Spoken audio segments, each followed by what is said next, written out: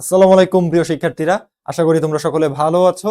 তোমাদের আসন্ন Dhaka central university ভর্তি পরীক্ষাকে সামনে নিয়ে আজকে তোমাদের মৌলিক জিকের উপর একটা ধামাকা ক্লাস নিয়ে হাজির হয়েছি। আমি মোহাম্মদ রিফাত হোসেন তুরান, তোমাদের তুরান ভাইয়া, পড়াশোনা করছি ঢাকা বিশ্ববিদ্যালয়ে। আজকের মৌলিক জিকে ক্লাসে আমরা তোমাদের পৌরনীতি প্রথম পত্র এবং দ্বিতীয় পত্রের উপর ভিত্তি করে যতগুলো চ্যাপ্টার রয়েছিল, যতগুলো চ্যাপ্টার তোমাদের সিলেবাসে আছে, সেই চ্যাপ্টার গুলোর উপর যতগুলো টপিক এবং সাব টপিক রয়েছে, সেই সকলগুলো টপিক এবং সাব টপিকের উপর ভিত্তি করে আমরা গুরুত্বপূর্ণ এমসিকিউ গুলো আজকে ক্লাসে নিয়ে এসেছি।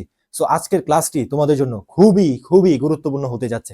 তো আজকের ক্লাসটি তোমরা গুরুত্ব সহকারে করবে এবং তোমাদের বন্ধু বান্ধব সহ সকলকে আজকের ক্লাসটি তোমরা শেয়ার করে জানিয়ে দিবে।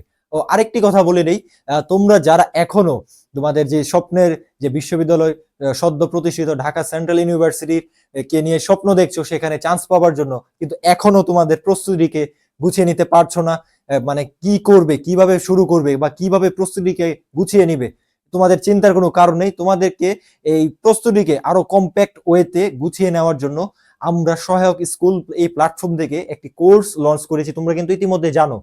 তো এই কোর্সটিতে অলরেডি প্রায় ৩,৫০০ প্লাস শিক্ষার্থী কিন্তু ভর্তি হয়ে গিয়েছে। তো তোমরা এখনো যারা ভর্তি হওনি, তোমরা এখনো ভর্তি হয়ে যেতে পারো। তোমাদের সকলের কথাকে সামনে রেখে, সকলকে বিষয়কে মাথায় রেখে আমরা 40% এই কোর্সে ডিসকাউন্ট কিন্তু দিয়েছি। তো তোমরা এই কোর্স নিয়ে আমরা সামনে আরো আলোচনা করব। চলো আমরা আজকের ক্লাসে প্রবেশ করি। আজকের ক্লাসটি কিন্তু খুবই খুবই গুরুত্বপূর্ণ তোমাদের জন্য। দেখো, পৌরনীতির ইংরেজি প্রতিশব্দ কি কি বলছে? ইংরেজি প্রতিশব্দ প্রথমত কি আছে? সিভিস, সিভিটাস, পলিস এবং কি সিভিটিক্স, সিভিক্স। ওকে, দেখো পৌরনীতি, এই পৌরনীতি শব্দটা কিন্তু দুইটা কম্বাইন, মানে দুটো শব্দের সমন্বয়ে কিন্তু গঠিত হয়েছে। দেখো প্রথমে কি বলছে? সিভিস এবং কি সিভিটাস। সিভিস শব্দের অর্থ কি? সিভিস শব্দের অর্থ হচ্ছে কি? নাগরিক। এবং সিভিটাস শব্দের অর্থ হচ্ছে নগর রাষ্ট্র।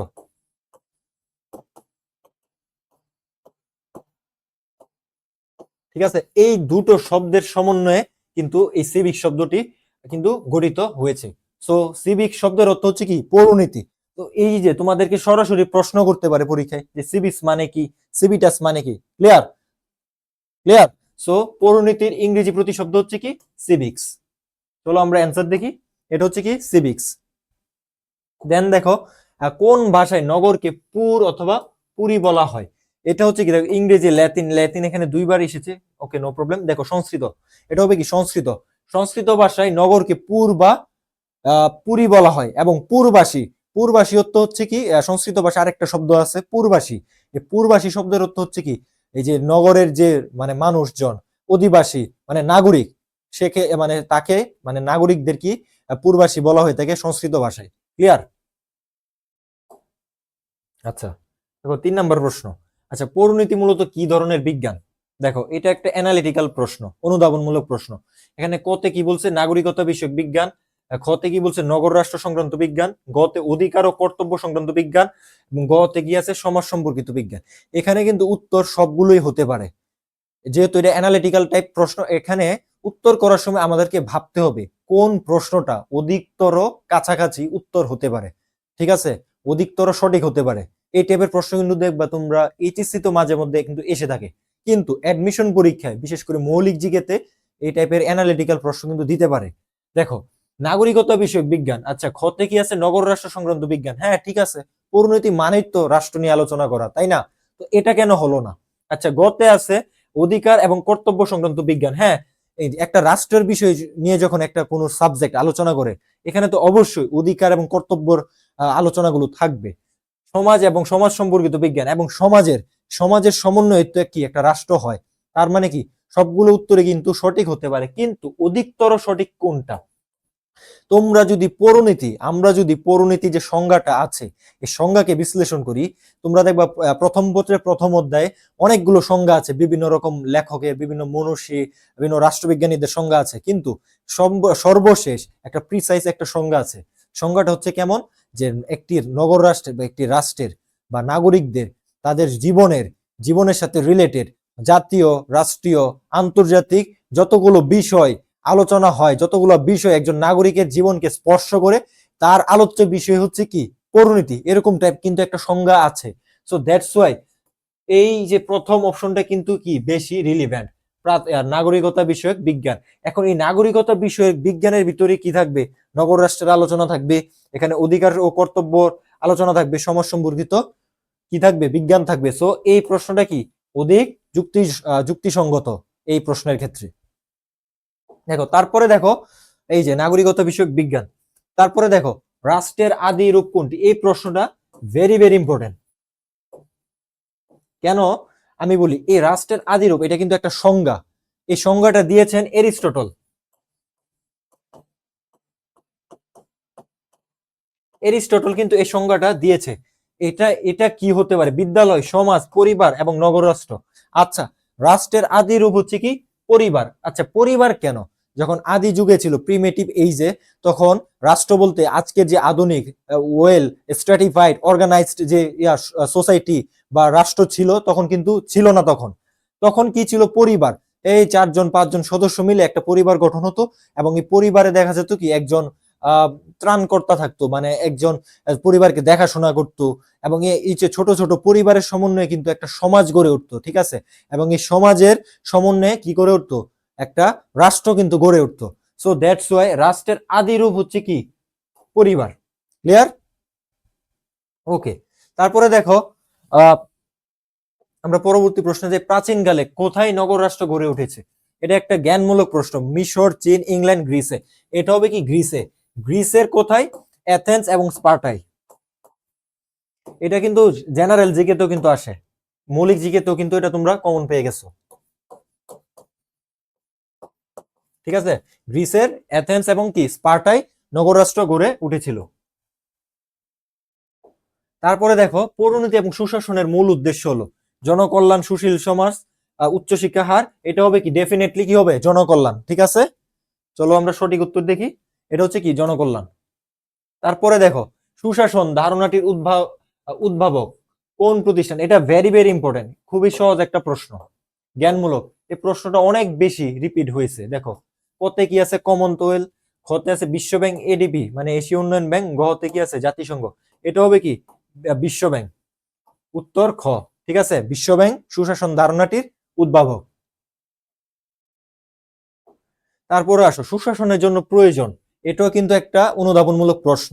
দেখো দক্ষ প্রশাসন, আইনের শাসন, নৈতিক প্রাধান্য, জাতীয় আইন।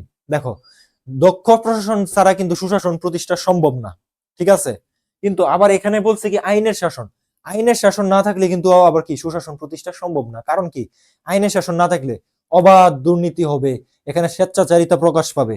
তারপরে আছে কি নৈতিক প্রাধান্য এবং কি জাতীয় আইন। জাতীয় আইন না থাকলে তো একটা দেশ কিভাবে পরিচালিত হবে সেটাই আমরা জানতে পারি না, সেটাই কি মানে অজ্ঞাত থাকে।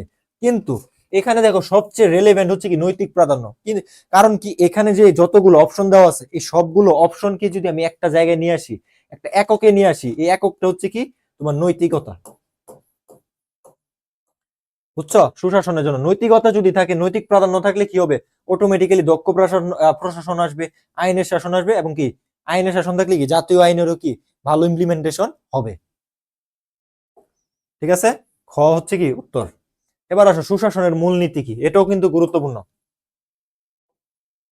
দেখো কতে কি আছে, জবাবদিহিতা, সামাজিক সাম্য, নাগরিকের অধিকার। ঘতে কি আছে, নাগরিকের ক্ষমতায়ন। এটা হবে কি জবাবদিহিতা। সুশাসনের মূলনীতি হচ্ছে কি জবাবদিহিতা, অ্যাকাউন্টেবিলিটি। জবাবদিহিতা না থাকলে কি হবে না, সুশাসন হবে না। এই যে আমাদের যে সমাজ, আমাদের যে প্রশাসন ব্যবস্থা রয়েছে, প্রশাসনিক ব্যবস্থা, যে ব্যুরোক্রেটিক সিস্টেম, সেখানে যে বড় বড় কর্মকর্তারা রয়েছে সরকারি, তারা যদি কারো কাছে জবাবদিহিতা না না থাকে তাদের, তারা দেখবে কি স্বেচ্ছাচারিতা তাদের মাধ্যমে কি হবে, প্রকাশ পাবে। এবং তারা যদি এরকম অটোক্রেট হয়ে ওঠে, মানে যে তাদের যে জনকল্যাণ ছিল, জনকল্যাণের যে উদ্দেশ্য ছিল, জনগণ তার সেবা থেকে কি হবে, বঞ্চিত হবে। তো দ্যাটস ওয়াই জবাবদিহিতা কি সুশাসনের অন্যতম মূলনীতি, অ্যাকাউন্টেবিলিটি। এবার আসো বাংলাদেশ সুশাসন প্রতিষ্ঠায় বাধা কোনটি, অধিক জনসংখ্যা হতে পারে, একাধিক রাজনৈতিক দল হতে পারে, দুর্নীতি, এক কেন্দ্রিক সরকার ব্যবস্থা। এক কেন্দ্রিক সরকার ব্যবস্থা হয় কি, যে কেন্দ্র থেকে যে নির্দেশনা দেয়, সেই নির্দেশনা মোতাবেক সবাইকে চলতে হয়। এবং এখানে যে স্থানীয় যে সরকার ব্যবস্থা আছে, স্থানীয় সরকার ব্যবস্থা কি ইউনিয়ন, জেলা পরিষদ ইত্যাদি, ঠিক আছে। স্থানীয় সরকার ব্যবস্থায় তারা স্বাধীনভাবে কাজ করতে পারে না। সো বাংলাদেশের সুশাসন প্রতিষ্ঠায় এখানে সবচেয়ে বড় রিলেভেন্স হচ্ছে এই দুর্নীতি। ঠিক আছে, অপশনটা দুর্নীতি। এবার আসো মূল্যবোধ কি, এটা খুবই গুরুত্বপূর্ণ একটা প্রশ্ন। ভ্যালু ব্যক্তির পৌরিক না, এটা হবে মৌলিক। সামাজিক আচার আচরণের সমষ্টি, আইনের প্রতি আনুগত্যবোধ, ব্যক্তির পৌরনৈতিক বিশেষত্ব। আচ্ছা, তোমরা মূল্যবোধের আসলে জিনিসটা কি? মূল্যবোধ যে মানে হচ্ছে যে সকল চিন্তা, চেতনা, আচার আচরণ, দৃষ্টিভঙ্গি মানুষের ব্যক্তিগত আচার আচরণ, ব্যবহার, কর্মকাণ্ড ইত্যাদিকে নিয়ন্ত্রণ ও পরিচালিত করে, তাকে কি বলে? মূল্যবোধ বলে। মানে অনেক বড় একটা সংজ্ঞা বলে ফেললাম, মানে অনেক কঠিন কিছু, তাই না? মূল্যবোধের ক্ষেত্রে সবচেয়ে বড় প্যারামিটার হচ্ছে জানো কোনটা? নীতি এবং অনুচিত বোধ। নীতি ও অনুচিত মানে হচ্ছে কি আমি কি করব কি করব না, এটা হচ্ছে কি মূল্যবোধের অন্যতম প্যারামিটার। ধরো আমি রাস্তা দিয়ে হেঁটে যাচ্ছি, এখানে আমার পাশে একজন অন্ধ ব্যক্তি দাঁড়িয়ে আছে, সে রাস্তা পার হতে পারতেছে না। এখন তাকে আমি যদি রাস্তা পারাপারে সাহায্য করি, সেক্ষেত্রে কি হবে? আমার যে নৈতিক মূল্যবোধ, আমার ভিতর কি আছে? নৈতিকতা আছে। দ্যাটস ওয়াই কি আমার এখানে আমার এই কাজটি কি আমার মূল্যবোধ প্রকাশিত হয়েছে, ভালো কাজ দ্বারা আমার কি নৈতিক মূল্যবোধ প্রকাশিত হয়েছে। আমি যদি কাজটি না করি আমার অপরাধ হবে না, কারণ কি দেশের কোনো আইনে বলা নাই যে অন্ধ ব্যক্তিকে তোমার রাস্তা পারাপারে সাহায্য করতেই হবে, আমার কি অপরাধ হবে না। কিন্তু আমি যদি এই কাজটি করেছি, এই কাজটি করার মাধ্যমে কি হয়েছে? আমার মূল্যবোধ প্রকাশিত হয়েছে। তো মূল্যবোধ মানে কি সামাজিক আচার আচরণের কি সমষ্টি। মানে আমি একটা সমাজে আমার বিহেভিয়ার কেমন হবে, ঠিক আছে, আমি সমাজে আমার সমাজের প্রতি আমার আসপেক্ট, দৃষ্টিভঙ্গি কেমন, এটা হচ্ছে কি আমার মূল্যবোধ। তো সামাজিক আচার আচরণের সমষ্টি। এবার আসো মূল্যবোধের ক্ষেত্রে কোনটি গুরুত্বপূর্ণ? জনকল্যাণ, আইন, সুশাসন। এটা ডেফিনেটলি কি হবে? নৈতিকতা। কারণ কি মূল্যবোধ আসে কোথায় থেকে? নৈতিকতা থেকে। এই যে নৈতিকতা। এবার আসো 13 নম্বর প্রশ্ন, দেখো সমাজে মানুষের ভালো মন্দ বিচারের মানদণ্ড কোনটি? ভালো মন্দ বিচারের মানদণ্ড কোনটি? দেখো কতে কি বলছে? শ্রমের মজুরি, এটা তো হবেই না। খতে কি বলছে? আইনের শাসন। হ্যাঁ, এটা হতে পারে সামাজিক ন্যায় বিচার, সামাজিক মূল্যবোধ। এটা তাইলে কি হবে? সবচেয়ে বেশি রেলেভেন্ট, হ্যাঁ, যায় কোনটা? এই যে এটা সামাজিক মূল্যবোধ। এবার আসো আমাদের পরবর্তী প্রশ্ন, মূল্যবোধ কিসের মাধ্যমে নির্ধারিত হয়? দেখো কিসের মাধ্যমে নির্ধারিত, এই প্রশ্নটা কিন্তু গুরুত্বপূর্ণ। কতে কি বলছে? নৈতিকতা, ধর্ম, আচরণ এবং কি অভ্যাস। এটা হবে কি আচরণের মাধ্যমে। আচ্ছা, এখন প্রশ্ন করতে পারো এখানে নৈতিকতা কেন হলো না? ঠিক আছে, এই প্রশ্নটা আমি নিয়ে এসেছি এর জন্য, যাতে এই টাইপের প্রশ্ন পরীক্ষা আসলে তোমরা কনফিউজড না হয়ে একদম কনফিডেন্টলি অ্যান্সার করতে পারো। এই টাইপের প্রশ্ন কিন্তু আসে পরীক্ষায় তোমাদেরকে কনফিউজড করার জন্য। দেখো এখানে কি বলছে? মূল্যবোধ কিসের মাধ্যমে নির্ধারিত হয়? এখানে দেখো প্রশ্নে কি বলছে? নির্ধারিত হওয়া মানে কি প্রকাশ পাওয়া। ক্লিয়ার? আচ্ছা, আমরা বলছি কি মূল্যবোধের প্যারামিটার কি? নৈতিকতা। এখানে বলছে কি নির্ধারিত হয় কিসের মাধ্যমে? আচরণের মাধ্যমে। আচ্ছা, নৈতিকতা হচ্ছে কি আমার একটা ইন্টারনাল বিষয়, মানে কি এটা আমার ভেতরে থাকে। এটা কি আমি একজন মানুষ হিসেবে, তুমি একজন মানুষ হিসেবে সৎ না অসৎ, তুমি নৈতিকতা তোমার ভিতর আছে নাকি নাই, এটা কিন্তু বাহ্যিকভাবে দেখা যায় না। কিন্তু তোমার এই নৈতিকতাটা কখন দেখা যাবে? যখন তুমি ভালো কাজ করতেছো, তোমার আচার আচরণ ভালো, ঠিক আছে, তুমি বড়দের সম্মান করতেছো, তুমি রাস্তাঘাটে কি করতেছো? অন্ধ ব্যক্তিদের পারাপারে সাহায্য করতেছো, যেখানে সেখানে তুমি ময়লা আবর্জনা ফেলতেছো না, ঠিক আছে, এই যে তোমার যে ভালো স্বভাব, ভালো আচরণের মাধ্যমে প্রকাশ পাচ্ছে। এটি হচ্ছে কি তার মানে এই যে প্রকাশ পাওয়ার মাধ্যমে আমরা বলি কি যে এই লোকটা ভালো, এই ছেলেটি ভালো, এই মেয়েটি ভালো। তার মানে কি আচরণের মাধ্যমে মানুষের মূল্যবোধ প্রকাশিত হয়। সো দ্যাটস ওয়াই মূল্যবোধ কিসের মাধ্যমে নির্ধারিত হয়? আচরণের মাধ্যমে। ক্লিয়ার? এবার আসো গণতান্ত্রিক মূল্যবোধের উপাদান 9 কোনটি? এই টাইপের প্রশ্ন অ্যান্সার করার সময় আমাদেরকে সাবধান থাকতে হবে। দেখো 9 কোনটি কি বলছে? দেখো ঐক্যতান মানে ইউনিটি, সাম্য, তারপরে জাতীয়তা, স্বচ্ছতা। এটা হবে তোমার কি জাতীয়তা। ক্লিয়ার? আচ্ছা, তারপরে দেখো রাজনৈতিক মূল্যবোধ কি?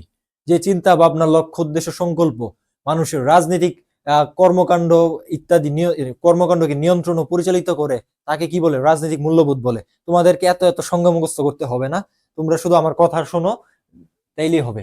রাজনৈতিক মূল্যবোধ কোনটি? সত্যবাদিতা, দেশপ্রেম, শৃঙ্খলাবোধ, জাতীয়তা। দেখো এই তিনটা প্রশ্নে কিন্তু কি রেলেভেন্ট হতে পারে রাজনৈতিক মূল্যবোধ। কারণ কি, সত্যবাদিতা, একজন লিডারের অবশ্যই কি থাকতে হবে, সত্যবাদিতা থাকতে হবে। সত্যবাদিতা না থাকলে কি হবে না, সে একজন ভালো নেতা হবে না। দেশপ্রেম না থাকলে তো সে দেশের জন্য কি, সে কল্যাণকর নেতা হতেই পারবে না। তারপরে কি জাতীয়তা, সে যদি ধরো বাংলাদেশে যে জাতীয়তা এটাকে ওন না করে, তার মানে কি, তার দ্বারা কি দেশের জন্য ভালো কাজ করা সম্ভব হবে না। এবার আসো, এখন এই যে তিনটা বিষয়, সত্যবাদিতা, দেশপ্রেম এবং কি জাতীয়তা, এই তিনটা বিষয়কে যদি আমি একটি প্যারামিটারে নিয়ে আসি, তার মধ্যে কি হবে, শৃঙ্খলাবোধ। কোনো ব্যক্তির ভিতর যদি শৃঙ্খলাবোধ থাকে, তার মানে কি, সে সত্যবাদী হবে, সে দেশপ্রেমিক হবে, সে তার ভিতর কি জাতীয়তা, জাতীয়বাদী কি, এই যে জাতীয়তাও কি থাকবে, অটুট থাকবে। সো রাজনৈতিক মূল্যবোধ কোনটি, শৃঙ্খলাবোধ। এখানে সবচেয়ে বেশি অ্যাকুরেট আনসার হচ্ছে কোনটা, শৃঙ্খলাবোধ। এবার আসো, মানুষের সামাজিক আচরণের ভালো মন্দ বিচারের মাপকাঠি কোনটি, ভালো মন্দ বিচারের মাপকাঠি কোনটি, দেখো মাপকাঠি কোনটি কি বলছে, আবার মূল্যবোধ রিলেটেড প্রশ্ন। এটা হবে কি, মূল্যবোধ। মানুষের যে একটা সমাজ, দেখো এই সমাজে কিন্তু আচরণ কিন্তু এক এক সমাজে এক এক রকম, ঠিক আছে। ধরো ঢাকাতে তুমি যে কাজটা করতে পারবে, ঢাকাতে তুমি ধরো রাস্তাঘাটে হাঁটতেছো, বা মানুষদের সামনে ধরো ফোনে কথা বলতে বলতে যাচ্ছ, বা ফোনে গান বাজিয়ে যাচ্ছ, তোমাকে কেউ কিছু বলবে না ঢাকা শহরে। কিন্তু সেম কাজটি যদি তখন তুমি তোমার গ্রামের বাড়িতে যে করো, ফোনে উচ্চ স্বরে গান বাজিয়ে বাজিয়ে যখন রাস্তায় হাঁটবে, তখন কিন্তু তোমাকে গ্রামের মানুষ খুব ভালো একটা চোখে দেখবে না, বলবে কি ছেলেটা বেয়াদব, মানে তার মধ্যে কি নাই, কালচার নাই, মানে বিভিন্ন রকম কথাবার্তা বলবে। কারণ কি, ঢাকাতে তোমাকে কিছু বলতেছে না, গ্রামে গেলে বলতেছে কেন? কারণ কি, মূল্যবোধের একটা অন্যতম বৈশিষ্ট্য হচ্ছে কি, বিভিন্নতা। ঠিক আছে, বিভিন্নতা। মূল্যবোধ কি ভ্যারি করে, সমাজ টু সমাজ, কান্ট্রি টু কান্ট্রি কি করে, ভ্যারি করে। আমার বাংলাদেশে যে কাজটা করলে মানুষ খারাপ বলবে, ওয়েস্টার্ন একটা কান্ট্রিতে কি সে কাজটা করলে কি আমাকে খারাপ বলবে না। এটা কি আমার মূল্যবোধ কি হয়, কান্ট্রি টু কান্ট্রি এর জন্য কি হয়, ভ্যারি করে। এই যে এর জন্য বলছি কি, মানুষের সামাজিক আচরণের ভালো মন্দ বিচারের মাপকাঠি কোনটা, মূল্যবোধ। ঠিক আছে, যার মূল্যবোধ সমাজ টু সমাজ ভ্যারি করে, যার মূল্যবোধ যত ভালো, মানে সমাজ অনুযায়ী, তাকে ওই সমাজে ভালো মানুষ হিসেবে কি ততটাই কনসিডার করা হয়। দেখো নিচের কোনটি মূল্যবোধের উপাদান নয়, দেখো কি বলছে, সামাজিক ন্যায় বিচার, সহনশীলতা, সমর্মিতা, জনমত। দেখো সামাজিক ন্যায় বিচার একটা মূল্যবোধের উপাদান, আমরা জানি। সহনশীলতা কি, অন্যের মতামতের প্রতি সহনশীলতা, ঠিক আছে। তারপরে সমর্মিতা, অন্যের প্রতি সিম্পেথি দেখানো, অন্যের কাজে হেল্প করা, অন্যের বিপদ আপদে তাকে সাহায্য করা। জনমত, জনমতটা হচ্ছে কি, পাবলিক ওপিনিয়ন। দেখো এই যে বাকি যে তিনটা বিষয়, এই তিনটা বিষয় কি একান্ত ব্যক্তিগত, মানে আমার ব্যক্তিগত বিষয়, তোমার ব্যক্তিগত বিষয়, মানে মূল্যবোধ জিনিসটা হচ্ছে কি বেসিক্যালি একজন ব্যক্তির অভ্যন্তরীণ বিষয়। কিন্তু জনমত, জনমত সবসময় সব ক্ষেত্রে সব মানুষের যে একই মেন্টালিটির, একই মূল্যবোধ সম্পর্ক মানুষ দ্বারা কিন্তু সবসময় জনমত গড়ে ওঠে না। তার মানে কি, এখানে মূল্যবোধের উপাদান নয় কোনটি, জনগণ। আচ্ছা দেখো মূল্যবোধের বৈশিষ্ট্য, এখানে আগেরটা কি বলছে, উপাদান এবং কি বৈশিষ্ট্য। উপাদান এবং বৈশিষ্ট্যের মধ্যে কিন্তু পার্থক্য আছে। মূল্যবোধের বৈশিষ্ট্য নয় কোনটি, দেখো পরিবর্তনশীলতা, এবং এটা ভুল আসছে, এটা হবে কি নৈর্ব্যক্তিকতা, ঠিক আছে, নৈর্ব্যক্তিকতা। তারপর হচ্ছে কি বৈচিত্র্যময়তা ও আপেক্ষিকতা। ডেফিনেটলি মূল্যবোধ কি বৈচিত্র্যময়তা এবং কি আপেক্ষিকময়তা থাকে। ধরো বাংলাদেশে গ্রামে হাফ প্যান্ট পরে কেউ যদি হাঁটাহাঁটি করে, তাকে বেয়াদব বলবে, কিন্তু ওয়েস্টার্ন কান্ট্রিতে কেউ যদি সেম কাজটি করে, ধর হাফ প্যান্ট পরে হাঁটাহাঁটি করে, তাকে কেউ কিছু বলবে না।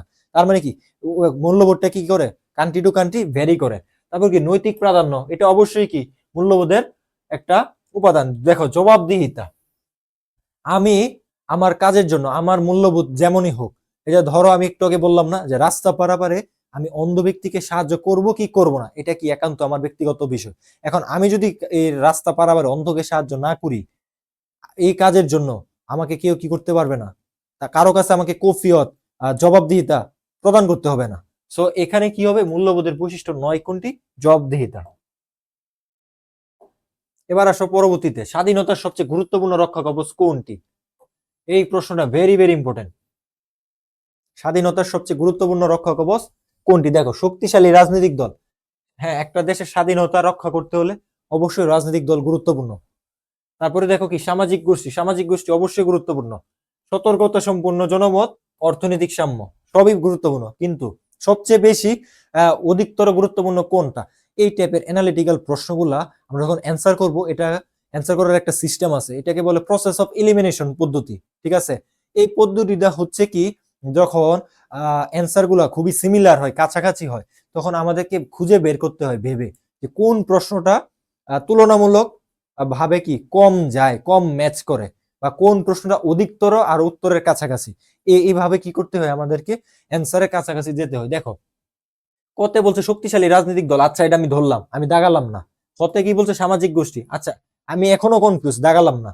তারপরে দেখো গতে কি বলছে সতর্কতা সম্পন্ন জনমত, এবং গতে কি বলছে অর্থনৈতিক সাম্য। ঠিক আছে, এখানে স্বভাবত বোঝা যাচ্ছে কি অর্থনৈতিক সাম্যটা তুলনামূলকভাবে কম ইম্পর্টেন্ট। তার মানে কি এটা হচ্ছে না, এটা কি হচ্ছে না, হচ্ছে না, যায় না। তারপরে দেখো সতর্কতা, রাজনৈতিক দলটা গুরুত্বপূর্ণ, কিন্তু সবচেয়ে গুরুত্বপূর্ণ হচ্ছে কিন্তু কি সদা জাগ্রত জনমত। কেন? সদা জাগ্রত জনমত যখন থাকবে, এই সদা জাগ্রত জনমত কার ভিতর থাকবে? রাজনৈতিক দলের ভিতরও থাকবে, আবার কি সাইমালটেনিয়াসলি এই সামাজিক গোষ্ঠীর ভিতরেও কি থাকবে। ঠিক আছে, এই সামাজিক গোষ্ঠী মিলে তো আস্তে আস্তে রাজনৈতিক বিভিন্ন দল গড়ে ওঠে। এখন সদা জাগ্রত জনমত যদি দেশের সকল মানুষের ভিতর থাকে, ডেফিনেটলি সামাজিক গোষ্ঠীর ভিতরও থাকবে, আবার কি রাজনৈতিক দলের ভিতরও থাকবে। ঠিক আছে, সো সদা জাগ্রত জনমত হচ্ছে কি স্বাধীনতার সবচেয়ে গুরুত্বপূর্ণ রক্ষা কবচ। এই যে এবার আসো, যুক্তিসঙ্গত ইচ্ছার অভিব্যক্তি হচ্ছে কি আইন। এটা একটা আইনের সংজ্ঞা গুরুত্বপূর্ণ। দেখো সক্রেটিস, এরিস্টটল, টমাস হব, জনসন, এটা সম্পূর্ণ মুখস্থ একটা বিষয়। এরিস্টটল, আইন হচ্ছে কি আবেগ বিবর্জিত যুক্তি, এভাবে প্রশ্ন করতে পারে। এটা কার উক্তি? এরিস্টটলের। আচ্ছা দেখো ল শব্দটি এসেছে, ল শব্দটি কি ইংরেজি, তাই না? পরীক্ষায় প্রশ্ন আসতে পারে ইংরেজি ল শব্দটি কোথায় থেকে এসেছে। লও, লেক, ল্যাক, লক, এটা হচ্ছে কি টিউটনিক ল্যাক শব্দ থেকে এসেছে। এই প্রশ্ন, এই শব্দটার নাম মনে রাখবা, টিউটনিক। ঠিক আছে, টিউটনিক ল্যাক শব্দ থেকে ইংরেজি ল শব্দটি এসেছে। দেখছো এই একটা এমসিকিউর ভিতর কিন্তু তিনটা আরো কি এমসিকিউ চলে এসেছে। এবার আসো, আইন কোন ভাষার শব্দ? আমরা বাংলায় বলি কি আইন। দেখো বাংলা ভাষার শব্দ, হ্যাঁ আইন বাংলা ভাষার শব্দ, ঠিক আছে, কিন্তু এই শব্দটা হবে কি বেসিক্যালি কোন ভাষার না, পরীক্ষায় প্রশ্ন আসতে পারে যে কোন ভাষা থেকে উৎপত্তি, উৎপত্তি কোন ভাষা থেকে। ঠিক আছে, বাংলা, আরবি, ফার্সি, ফরাসি, এটা হবে কি ফার্সি ভাষার শব্দ। আইন হচ্ছে কি ফার্সি ভাষার শব্দ। আচ্ছা তোমরা অনেকেই এখনো কনফিউজ, ফার্সি এবং ফরাসি এই দুইটা মানে কি। ঠিক আছে, ফার্সি হচ্ছে কি ইরানের ভাষা, ফার্সি হচ্ছে কি ইরান আছে না, এই যে ইরান ইসরায়েল যুদ্ধ হলো না কিছুদিন আগে, সেই ইরানের ভাষা হচ্ছে কি ফার্সি। আর এই ফরাসি, এই ফরাসিকে বলে কি ফ্রান্স, এটা হচ্ছে কি ফ্রান্সের ভাষা ফরাসি। ঠিক আছে, ক্লিয়ার? সো আইন শব্দটা কোথায় থেকে এসেছে? আইন শব্দটা এসেছে কি ফার্সি শব্দ থেকে। এই যে এবার আসো, আইন হচ্ছে নিম্নতরের প্রতি ঊর্ধ্বতন রাজনৈতিক কর্তৃত্বের আদেশ। উক্তিটি কার? এটা মুখস্থ একটা বিষয়। এটা হচ্ছে কি জন অস্টিনের, জন অস্টিনের উক্তিগুলো কিন্তু গুরুত্বপূর্ণ। দেখো আইনের সবচেয়ে বৈজ্ঞানসম্মত মানে বিজ্ঞানসম্মত সংজ্ঞা প্রদান করেন কি? এটা ভেরি ভেরি ইম্পর্টেন্ট, তোমরা জানো আই গেস। দেখো Hobbes, John Locke, Laski, Woodrow Wilson, এটা হবে কি উড্রো উইলসন। উড্রো উইলসনের আইনের সংজ্ঞাটা আসলে কি? উড্রো উইলসন বলছে কি আইন হচ্ছে একটি সমাজের বা একটি দেশের যে সামাজিক আচার আচরণের যে সামাজিক আচার আচরণের যে সমষ্টি, এই সমষ্টির একটা রীতিনীতি যা স্বীকৃতি বিধিতে পরিণত হয়েছে, যার পশ্চাতে মানে যার পিছনে রাষ্ট্রীয় কর্তৃত্বের সুস্পষ্ট সমর্থন আছে। এটা হচ্ছে কার উক্তি? উড্রো উইলসনের আইনের উক্তি বা আইনের সংজ্ঞা। ঠিক আছে, অনেকটা এমন। তো আইনের সবচেয়ে বৈজ্ঞানসম্মত মানে বিজ্ঞানসম্মত সংজ্ঞা কে দিয়েছিল? Woodrow Wilson. তিনি আমেরিকার একজন সাবেক প্রেসিডেন্ট ছিলেন। আচ্ছা দেখো, এই যে বলেছিলাম তোমাদের শুরুর দিকে যে একটা অ্যানাউন্সমেন্ট আছে, এই যে তোমরা যারা এখনো এই যে ঢাকা সেন্ট্রাল ইউনিভার্সিটিকে সামনে রেখে তোমাদের যে ভর্তি পরীক্ষা আছে, এখনো ভয়ভীতি আছে বা কনফিউজড, কিভাবে প্রস্তুতিকে গুছিয়ে নিবা কিছুই বুঝতে পারতেছো না, তোমাদের এই প্রস্তুতিকে গুছিয়ে নেওয়ার জন্য এই যে আমাদের Dhaka central university mission 40 days একটা কোর্স রয়েছে। এখানে লেখা আছে 3350 প্লাস স্টুডেন্ট। কিন্তু আরো খুশির খবর হচ্ছে কি প্রায় 3,500 প্লাস স্টুডেন্ট অলরেডি আমাদের এই কোর্সটি কিন্তু এনরোল করেছে। ঠিক আছে, এই কোর্সটি কিন্তু বিজ্ঞান, মানবিক, ব্যবসা 3টা শাখার জন্য কিন্তু আছে। তো তোমাদের সকলের কথা চিন্তা করে এই কোর্সটিতে 40% কিন্তু ডিসকাউন্ট রাখা হয়েছে। ঠিক আছে, যাতে তোমরা সকলে এই কোর্সটি কিন্তু এনরোল করতে পারো। তো তোমরা যারা এই কোর্সটি করতে ইচ্ছুক, আমি অনুরোধ করব তোমরা সকলে এই কোর্সটি এনরোল করবে। ইনশাআল্লাহ খুবই সুন্দর গোছানো একটা প্রিপারেশন কিন্তু হয়ে যাবে এই কোর্সের মাধ্যমে।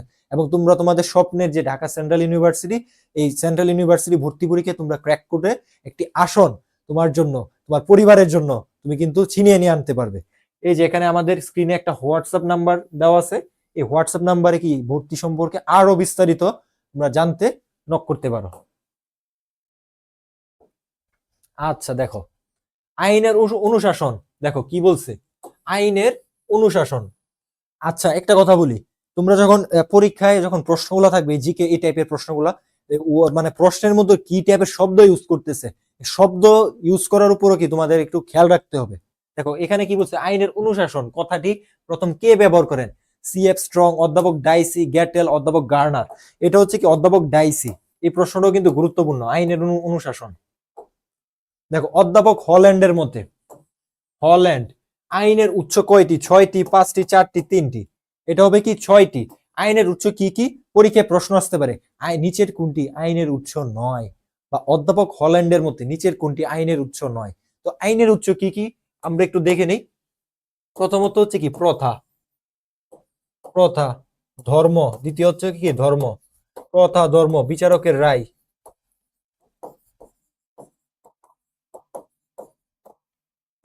প্রথা, ধর্ম, বিচারকের রায়। পরে হচ্ছে কি বিজ্ঞানসম্মত আলোচনা,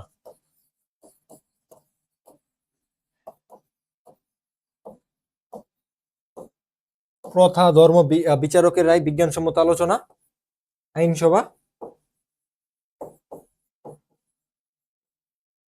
প্রথা, ধর্ম, বিচারকের রায়, বিজ্ঞানসম্মত আলোচনা, আইনসভা।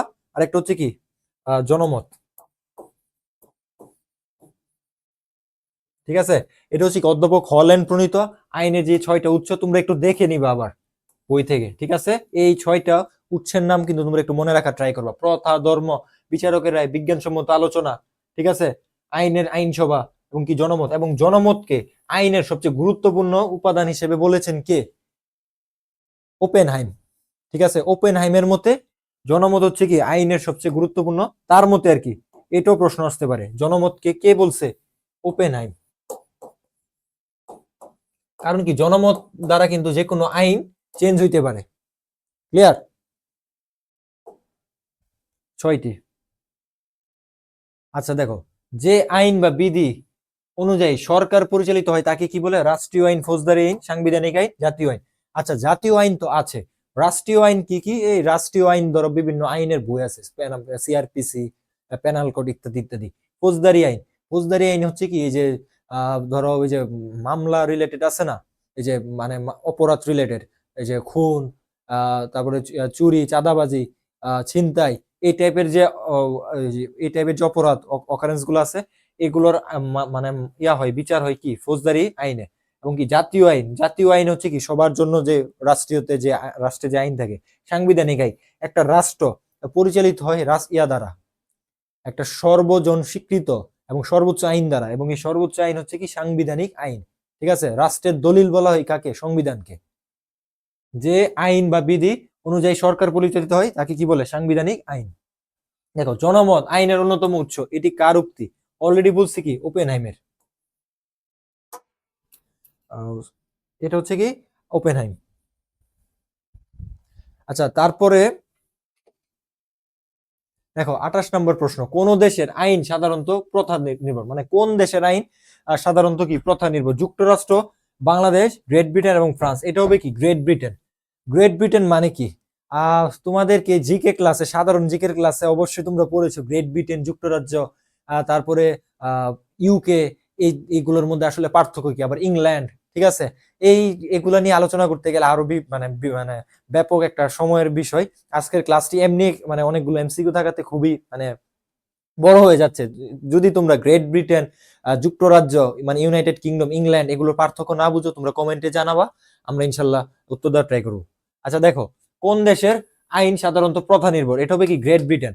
এই গ্রেট ব্রিটেনই হচ্ছে কি গ্রেট ব্রিটেনের ভিতর তোমার যুক্তরাজ্য মানে ইংল্যান্ড আছে, ওয়েলস আছে, স্কটল্যান্ড আছে, মানে 3টা দেশ মিলে হচ্ছে কি গ্রেট ব্রিটেন। এবং এর সাথে যখন উত্তর আয়ারল্যান্ড যুক্ত হয় তখন তাকে কি বলে যুক্তরাজ্য, মানে কি UK, UK United kingdom. Clear? তো গ্রেট ব্রিটেন কি, যুক্তরাজ্য কি, মানে ইংল্যান্ড কি, এটা ক্লিয়ার আশা করি। এবার আসো, কোনটি আইনের উৎস নয়? দেখছো অলরেডি বলছি, ধর্ম, আইনসভা, প্রথা। এখানে আপিল দাতা ইয়ে হয়ে গেছে শব্দটা, আচ্ছা সমস্যা নেই। এটা কি আপিল দাতা, তার মানে কি প্রথা, আমরা পড়ছি না একটু আগে, দেখছি না যে প্রথা, ধর্ম, বিচারকের রায়, বিজ্ঞানসম্মত আলোচনা, হ্যাঁ যুক্তি নির্ভর আলোচনা, এগুলো হচ্ছে কি তোমার আইনের উৎস 6টা। আর তারপরে দেখো এই প্রশ্নটা খুবই খুবই গুরুত্বপূর্ণ। আইন মেনে চলার মূল কারণ কি? শাস্তির ভয়, বুদ্ধি, উপযোগিতা, মূল্যবোধ। দেখো এখানে 4টি অপশনই গুরুত্বপূর্ণ, কিন্তু সবচেয়ে গুরুত্বপূর্ণ কোনটা? দেখো মানুষ কেন আইন মেনে চলে? শাস্তির ভয়। আমি যদি আইন ভাঙ্গি, আমি যদি ট্রাফিক আইন মানে ভায়োলেট করি, সার্জেন্ট কি করবে? আমাকে মামলা দিবে, আমাকে জরিমানা করবে। তার মানে কি আমি ট্রাফিক সার্জেন্টের মামলার ভয়ে কি করি? আইন ভঙ্গ করি না, আইন মেনে চলি। বুদ্ধি, আমার বুদ্ধি আছে বলেই কি আমি আইনটা মানি, ঠিক আছে? আমি জানি আমি যদি আইন ভায়োলেট করি শাস্তি পাবো, স্বাভাবিক। উপযোগিতা, উপযোগিতা মানে কি? উপযোগিতা মানে হচ্ছে, তো এই উপযোগিতার ভিতর সবকিছু থাকে। আমি যদি আইন মেনে চলি রাষ্ট্রের, ধরো এজ এ নাগরিক হিসেবে আমার যে সুযোগ সুবিধা পাওয়ার কথা এগুলো আমি সঠিকভাবে পাবো, ঠিক আছে? রাষ্ট্রে এজ এ নাগরিক হিসেবে আমার যে যে সম্মান সেটা আমার থাকবে, ঠিক আছে? মূল্যবোধ, এবং এর ভিতর কি আমার মূল্যবোধও থাকবে। আমার মূল্যবোধ আছে দেখি কি আমি আইন মানি। এবং দেখো এই আইন মেনে চলার মূল কারণ হচ্ছে কি হবে? উপযোগিতা। কারণ কি? এই উপযোগিতার ভিতর কি আছে? আমার শাস্তির বই আছে, বুদ্ধিও আছে, এবং মূল্যবোধও আছে। কারণ কি? আমি যদি আইনটা মেনে চলি আমার লস নাই, উল্টো কি আমার লাভ হচ্ছে, ঠিক আছে? আমার কাউকে জরিমানা করতে হচ্ছে না, আমার জেলে যেতে হচ্ছে না, আমি রাষ্ট্রের নাগরিক হিসেবে রাষ্ট্র কর্তৃক প্রাপ্য সুযোগ সুবিধা কিন্তু পেয়ে যাচ্ছি। দ্যাটস ওয়াই কি আমার উপযোগ হচ্ছে, আমি উপকার পাচ্ছি। দ্যাটস ওয়াই আইন মেনে চলার মূল কারণ কি? আমার নিজের স্বার্থ, আমার নিজের লাভের জন্য কি আমি আইনটা মেনে চলি। এজন্য আইন মেনে চলার মূল কারণ হচ্ছে কি? উপযোগিতা। আচ্ছা দেখো, আইন আইন না থাকলে, আচ্ছা প্রশ্নটা একটু ইয়ে হয়েছে টাইপিং এ, আইন না থাকলে, আইন না থাকলে, দেখো আইন না থাকলে বা যেখানে আইন থাকে না সেখানে স্বাধীনতা থাকতে পারে না। আইন না থাকলে সেখানে স্বাধীনতা থাকতে পারে না। উক্তিটিতে কি প্রকাশ পাচ্ছে? দেখো, আইন স্বাধীনতার প্রচারক, আইন স্বাধীনতার সম্পূরক, আইন স্বাধীনতার রক্ষক, আইন স্বাধীনতার কি হবে? প্রতিবন্ধক। এই উক্তিটিতে প্রকাশ পাচ্ছে কি আইন স্বাধীনতার রক্ষক। কারণ কি? তোমরা পরিণতি বই দেখবা, মানে আইন স্বাধীনতার কি গুরুত্বপূর্ণ রক্ষা কবচ, ঠিক আছে? আইন হচ্ছে কি স্বাধীনতার গুরুত্বপূর্ণ রক্ষা কবচ। এবার আসো, যেখানে আইন নেই সেখানে স্বাধীনতা থাকতে পারে না। উক্তিটি কার? এই উক্তিটি গুরুত্বপূর্ণ, জন লক। এবার আসো, স্বাধীনতা বলতে খুশি মতো কাজ করাকে বোঝায়। এই উক্তিটা আমার ভাল লাগে পার্সোনালি। স্বাধীনতা বলতে খুশি মতো কাজ করা বোঝায় যদি উক্ত কাজের দ্বারা অন্যের অনুরূপ কাজে বাধার সৃষ্টি না। উক্তিটি কার? হাবার্ট স্পেন্সার, অধ্যাপক ডাইসি, অধ্যাপক হ্যারল্ড জেলাস্কি, অধ্যাপক কি ম্যাকাইবার। এটা হচ্ছে কি অধ্যাপক হাবার্ট স্পেন্সার। এই উক্তিটা খুবই সুন্দর একটা উক্তি। মানে আমি স্বাধীনতা বলতে যা ইচ্ছা তা করবো এরকম না। আমার স্বাধীনতা হয়েছে কি আমি বিয়ে বাড়িতে গান বাজাবো, ইচ্ছে মতো আমি সাউন্ড বক্স লাগিয়ে গান বাজাবো, কিন্তু আমার পাশে বাড়িতে মানুষ ঘুমাতে পারছে না, রোগী আছে, হ্যাঁ আমার পাশের বাড়িতে স্টুডেন্ট পড়াশোনা করতে পারতেছে না, তা তো হবে না। আর তার মানে কি আমি স্বাধীনভাবে গান বাজাচ্ছি, কিন্তু আমার গান বাজানো দ্বারা কি অপরের ক্ষতি হচ্ছে, এটা আমার স্বাধীনতা হতে পারে না। তোমরা দেখবা কি গ্রামে গঞ্জে বিভিন্ন জায়গায় আমরা মানুষকে বলি কি বিভিন্ন ক্রিন্স ছাপড়ি টাইপ মানুষ বলি যে অনেক জোরে জোরে গান বাজাচ্ছে, আমরা কিন্তু বিরক্ত হয়ে যাই। আজ আমাদের বাসার পাশে কেউ যখন জোরে জোরে গান বাজায় তখন কি তার তার কিন্তু স্বাধীনতা আছে গান বাজানোর, কিন্তু তার কিন্তু সে অধিকার নাই আমার কাজে তার গান বাজানোর দ্বারা যে আমি ডিস্টার্ব ফিল করব তার কিন্তু সে অধিকার নাই। তার মানে কি তার যে স্বাধীনতা, সেই স্বাধীনতাটাকে কি করছে? সে বিকৃতভাবে সে ব্যবহার করছে। এটা অরিজিনাল স্বাধীনতার সংজ্ঞা না। দেখো, স্বাধীনতার অপরিহার্য শর্ত কি? আইনের শাসন, সহিংসতা, শক্তিশালী রাজনৈতিক দল, আপিলদাতা। এই যে তোমরা সামনে বিশ্ববিদ্যালয়ের স্টুডেন্ট হবা, ঢাকা সেন্ট্রাল ইউনিভার্সিটি, ঢাকাতে থাকবা, ঢাকাতে থেকে তোমরা যারা ঢাকার ভিতর থাকতে চাচ্ছ, যখন এখানে থাকবা তোমাদের গ্রুমিং, চিন্তা ভাবনা, পড়াশোনা মানে মেন্টালিটি অন্যরকম ভাবে গড়ে উঠবে। যখন তুমি গ্রাম থেকে উঠে এসে ঢাকাতে একটা বিশ্ববিদ্যালয়ে পড়াশোনা করবে, তখন তোমার চিন্তা ভাবনা অন্যরকম হয়ে যাবে। তুমি একটা দেশের সুনাগরিক হিসেবে কি গড়ে উঠবে। তুমি অধিকার সম্পর্কে, তুমি তোমার অধিকার সম্পর্কে সচেতন হবা। তুমি তোমার রাষ্ট্রে কি কি কাজ আছে, কি করতে হবে, কি না করতে হবে, তুমি সবকিছু বুঝে যাবা। ঠিক আছে, এক কথায় তুমি একটা জেনারেল মানুষ থেকে কি হয়ে যাবা, ভিন্ন হয়ে যাবা। তুমি কলেজ পর্যন্ত যেমন মানুষ ছিলা, কলেজের পরে বিশ্ববিদ্যালয়ে এসে তুমি আরেক টাইপের মানে অন্যরকম মানুষ হয়ে যাবা। তুমি তোমার পরিবর্তনকে বুঝতে পারবা, ইন্টেলেকচুয়াল গ্রোথ হবে তোমার মধ্যে। তো তোমাদেরকে এই সেন্ট্রাল ইউনিভার্সিটিতে কি হতে হবে, চান্স পেতে হবে ইনশাল্লাহ। এটা হবে কি, আইনের শাসন।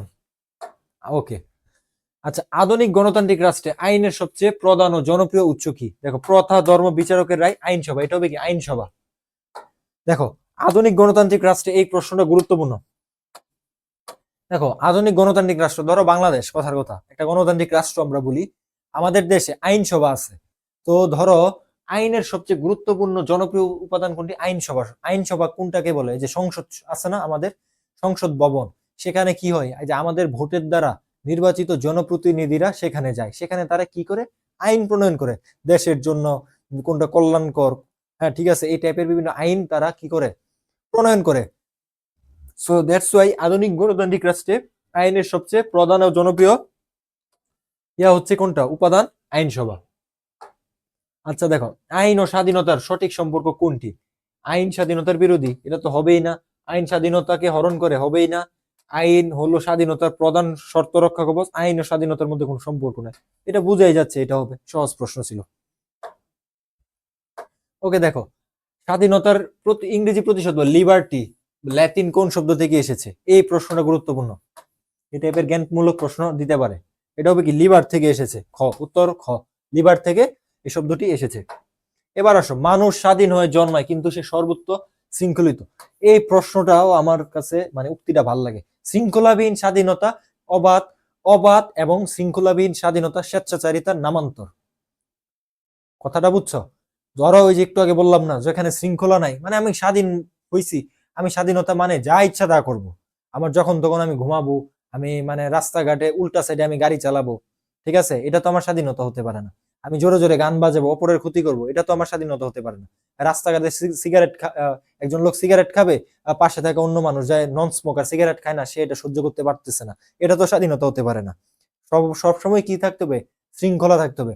যে জাতি, একটা জিনিস মনে রাখবা, যে জাতি যত বেশি শৃঙ্খল, সে জাতি তত বেশি উন্নত।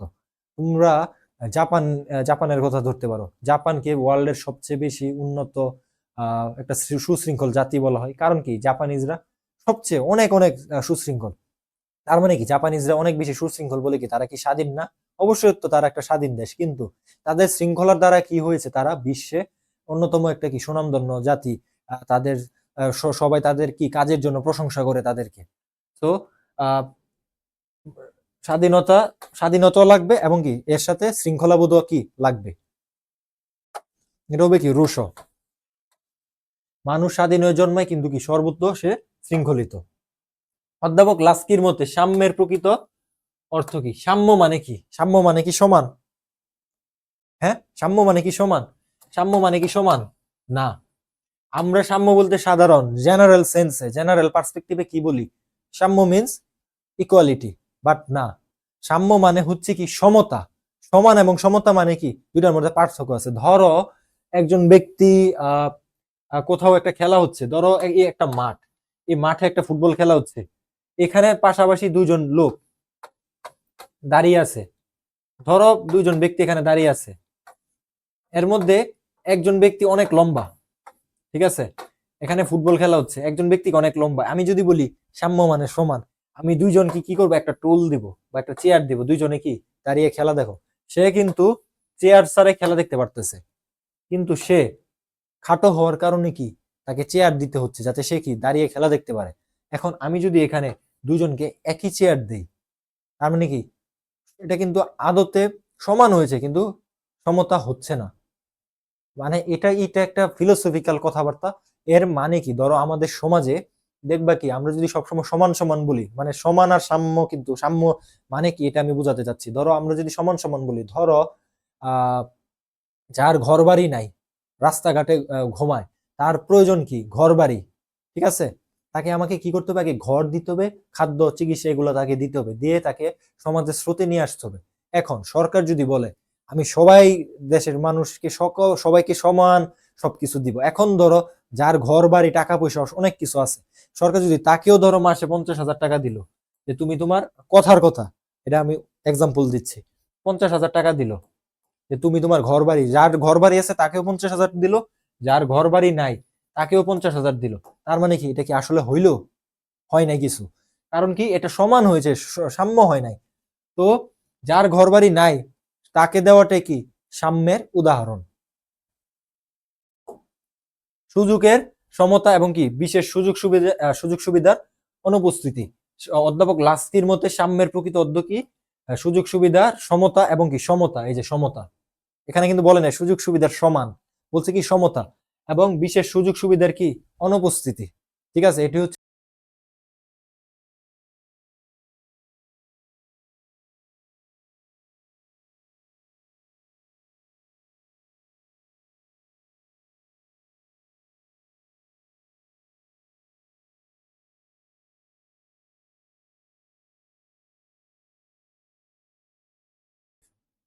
আচ্ছা দেখো 40 নম্বর প্রশ্ন,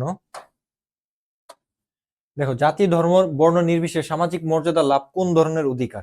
এটা ডেফিনেটলি কি হবে? সামাজিক সাম্যই হবে। তো উত্তর কি হবে? এখানে অর্থনৈতিক সাম্য এটা ভুল আসছে, কিন্তু উত্তর হবে কি সামাজিক সাম্য। ঠিক আছে, সামাজিক মর্যাদা লাভ কোন ধরনের অধিকার? এটা হচ্ছে কি সামাজিক সাম্য। দেখো কোন অধিকারটি, এটা হবে কি কোন কোন অধিকারটি ভেঙে গেলে রাষ্ট্র কোনো শাস্তি দিতে পারে না? আইনগত অধিকার, নৈতিক অধিকার, রাজনৈতিক অধিকার, অর্থনৈতিক অধিকার। আচ্ছা আমি একটু এখানে বলি, কোনো আইনগত অধিকার, ধরো আমার আইনগত অধিকার কেউ হরণ করলে আমি কোর্টে মামলা করতে পারি, থানায় মামলা করে আমার আইনগত অধিকার ফেরত আনতে পারি, রাষ্ট্র কি করে শাস্তি দিতে পারে। এখন রাজনৈতিক অধিকার, আমাকে কেউ ভোট দিতে দিল না, আমাকে নির্বাচনের প্রার্থী হতে দিল না, এর বিপরীতে আমি কি করতে পারি? সেম কাজ মামলা করে আমি আমার অধিকারটি ফেরত আনতে পারি, রাষ্ট্র কি করতে পারে? শাস্তি দিতে পারে অপরাধকারীকে। এবং অর্থনৈতিক অধিকার, আমি কাজ করছি, আমার কাজের কেউ স্যালারি দেয় নাই, এর জন্য আমি কি করতে পারি? তার মানে মামলা করে বা সামহাও আমি আমার অধিকারকে কি করতে পারি? ফেরত আনতে পারি। কিন্তু নৈতিক অধিকার যদি ভেঙে যায়, আমাকে রাষ্ট্র শাস্তি দিতে পারবে না। আচ্ছা নৈতিক অধিকার কি?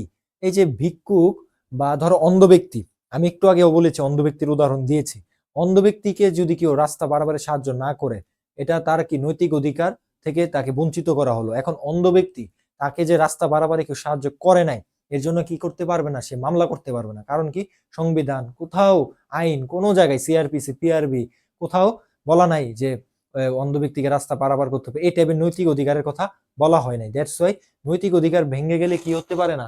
সে মামলা করতে পারে না বা আইনের আশ্রয় নিতে পারে না, রাষ্ট্র কি করতে পারে না? শাস্তি দিতে পারে না। ধরো ভিক্ষুককে ভিক্ষা দেওয়া, এটা একটু মনে রাখবা, এই উদাহরণটা। ভিক্ষুককে ভিক্ষা দেওয়া কোন ধরনের আহ ভিক্ষুকে ভিক্ষা পাবা কোন ধরনের অধিকার? এটা কি রাজনৈতিক অধিকার, অর্থনৈতিক অধিকার, এটা কি নৈতিক অধিকার, না সামাজিক অধিকার? আচ্ছা এখানে তোমরা ভাবতে পারো কি অর্থনৈতিক অধিকার, কারণ কি ভিক্ষা হিসেবে টাকা দেয়, তাকে চাল ডাল ইত্যাদি দেওয়া হয়, স্বাভাবিকভাবে মনে হইতে পারে যে এটা অর্থনৈতিক অধিকার, কিন্তু না। ভিক্ষুককে, মানে ভিক্ষুক, তার ভিক্ষা পাবার অধিকারটা হচ্ছে কি তার নৈতিক অধিকার। তাকে যদি কেউ ভিক্ষা না দেয়, সে এর বিপরীতে সে তার যে মামলা করা, অধিকার চাওয়া, সে চাইতে পারবে না, রাষ্ট্রের কাছ থেকে কি করতে পারবে না? সে শাস্তির জন্য আবেদন করতে পারবে না। ক্লিয়ার? ওকে, এবার আসো আইনগত অধিকারের প্রধান বৈশিষ্ট্য কোনটি? দেখো এটা হবে কি রাষ্ট্র কর্তৃক স্বীকৃত, সংরক্ষিত এবং আদালত কর্তৃক বলবৎযোগ্য। এবার আসো নিচের কোনটি একজন নাগরিকের রাজনৈতিক অধিকারের হিসেবে বইতে উল্লেখ করা আছে আর কি বেসিক্যালি। দেখো জীবন রক্ষার অধিকার, কর্মের অধিকার, বিদেশ অবস্থানকারী, নিরাপত্তা লাভের অধিকার। দেখো মানে একজন নাগরিকের আহ কি বলছে, রাজনৈতিক অধিকার কোনটি? এই অপশনগুলোর মধ্যে কোনটা হবে? জীবন রক্ষার অধিকার রাজনৈতিক, নাকি বিদেশে অবস্থানকালে তার নিরাপত্তা লাভের অধিকার? এটা হচ্ছে কি তার রাজনৈতিক অধিকার। এবার আসো, অধিকার এবং কর্তব্য একই মুদ্রার এপিঠ ওপিঠ, এই উক্তিটা গুরুত্বপূর্ণ। এই বিশ্লেষণটি দ্বারা কি বোঝানো হয়েছে? অধিকার ও কর্তব্য পরস্পর বিরোধী হবে না, অধিকার ভোগ করলে তার বিনিময়ে কর্তব্য পালন করতে হবে, এটাই হবে কি উত্তর। অধিকার এবং কর্তব্য একে অপরের কি পরিপূরক। এই যে আমরা যে কাজ করি, আমরা যে অধিকার দাবি করি, যে রাষ্ট্রের কাছ থেকে সেবা পাওয়া হচ্ছে কি আমাদের অধিকার, কিন্তু এর বিনিময়ে আমাদেরকে কি করতে হয়? রাষ্ট্রের নাগরিক হিসেবে আমাদের বিভিন্ন কর্তব্য আছে, এই কর্তব্য পালনের মাধ্যমে আমরা অধিকার কি করতে পারি? দাবি করতে পারি। সো দ্যাটস ওয়াই অধিকার এবং কর্তব্য একে অপরের পরিপূরক, মুদ্রার এপিঠ ওপিঠ।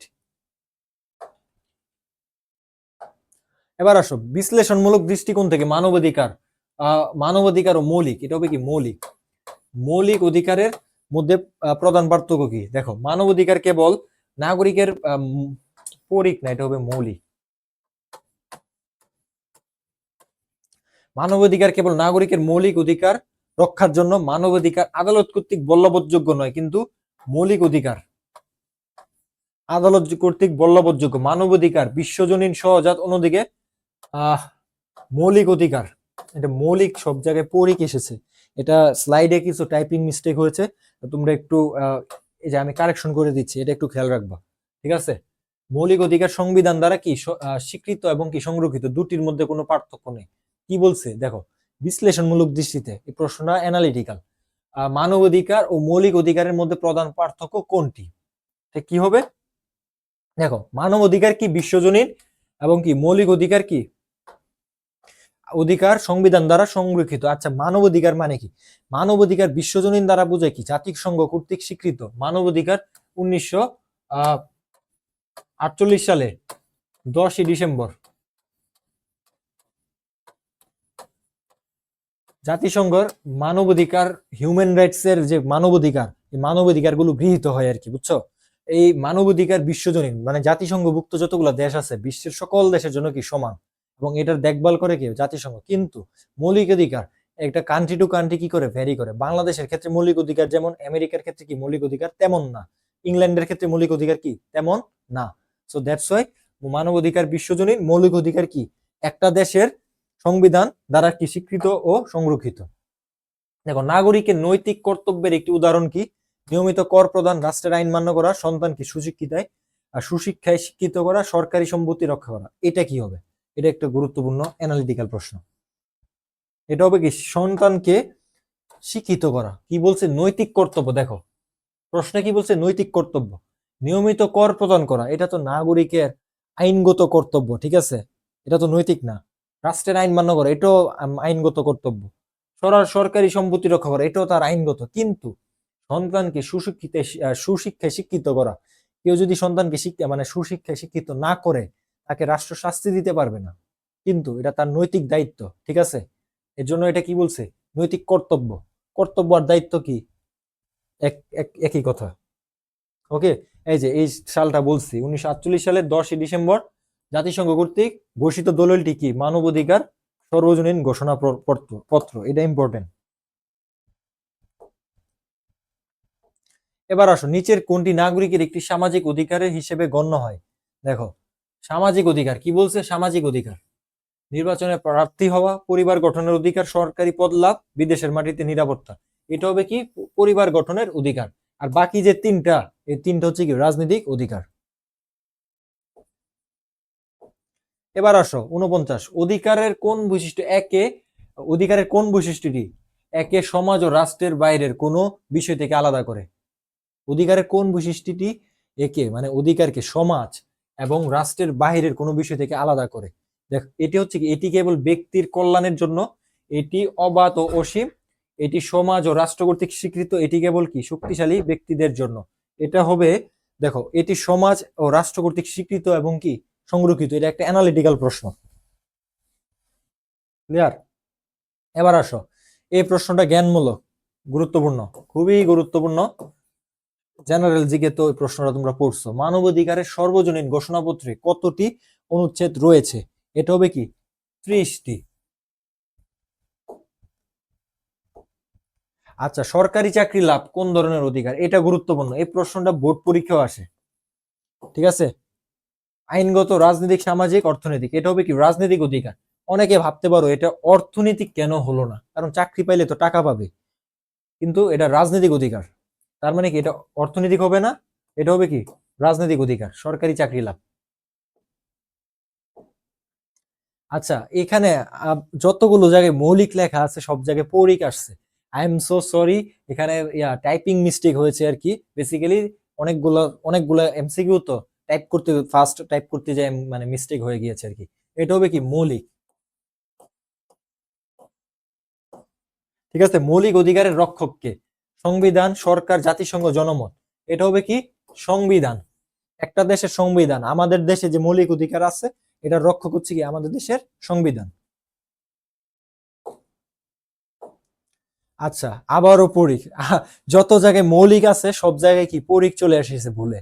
এটা মৌলিক হবে, আমি কারেকশন করে দিয়েছি, তারপরও তোমরা একটু খেয়াল রাখবা। স্লাইডটা যখন দিয়ে দেওয়া হবে, এই লেখা স্লাইডটা তোমাদেরকে দেওয়া হবে। ঠিক আছে, মৌলিক অধিকার ভঙ্গের ক্ষেত্রে নাগরিক কোথায় প্রতিকার পেতে পারে? মৌলিক অধিকার, যে আমাদের দেশের মৌলিক অধিকার কি? খাদ্য, বস্ত্র, বাসস্থান, শিক্ষা, চিকিৎসা। এই পাঁচটা হচ্ছে কি আমাদের বাংলাদেশের ক্ষেত্রে মৌলিক অধিকার। এখন এই পাঁচটা থেকে যদি আমি বঞ্চিত হই, পাঁচটার যে কোনো একটা থেকে, আমি কোথায় গেলে এই প্রতিকারটা পাবো? জাতিসংঘে না, সামাজিক সালিশে না, দেশের সর্বোচ্চ আদালতে না, কি হবে? কেবল থানায়। কি হবে? এটা হবে কি দেশের সর্বোচ্চ আদালতে গেলে কি হবে আমি এই প্রতিকারটা পাবো। ক্লিয়ার? হাত থেকে পেনটা পড়ে গেছিল। ওকে, ঠিক আছে। আচ্ছা দেখো, অধিকারের কোন বৈশিষ্ট্যটি একে, এটা তো দেখেছি না। দেখো, অধিকারের কোন বৈশিষ্ট্য একে সমাজ ও রাষ্ট্রের, এটা তো দেখেছি আমরা। আচ্ছা, নিচের কোনটি নাগরিকের দেওয়ানি বা সামাজিক অধিকারের অন্তর্ভুক্ত নয়? দেওয়ানি মানে কি? দেওয়ানি মানে হচ্ছে কি সম্পত্তি রিলেটেড। ঠিক আছে, সম্পত্তি, মানুষের জায়গা জমি ঘর বাড়ি রিলেটেড যা কিছু আছে এটাকে দেওয়ানি বলে আর কি। দেখবা দেওয়ানি মামলা, ফৌজদারি মামলা, ফৌজদারি মামলা হচ্ছে অপরাধ রিলেটেড, দেওয়ানি মামলা হচ্ছে কি সম্পত্তি রিলেটেড।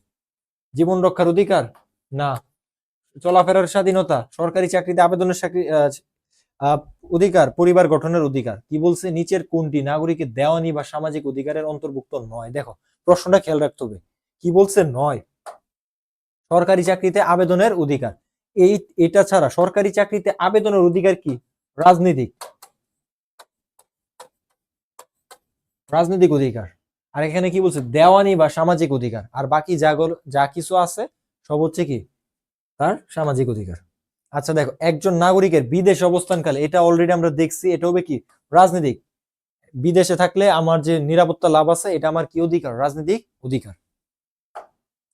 ঠিক আছে, এবার আসো 57 নম্বর প্রশ্ন কি বলছে দেখো, রাজনৈতিক দল হলো এমন এক জনসমষ্টি যারা বিশেষ নীতি বা কর্মসূচি সমর্থনে সাংবিধানিক উপায়ে কি করে সরকার পরিচালনার চেষ্টা করে। এই সংজ্ঞাটি কার? এই সংজ্ঞাটা গুরুত্বপূর্ণ। এটা হচ্ছে গ্যাটেল। রাজনৈতিক দলের একটি প্রধান বৈশিষ্ট্য হলো কি? এইটা ভেরি ভেরি ইম্পর্টেন্ট।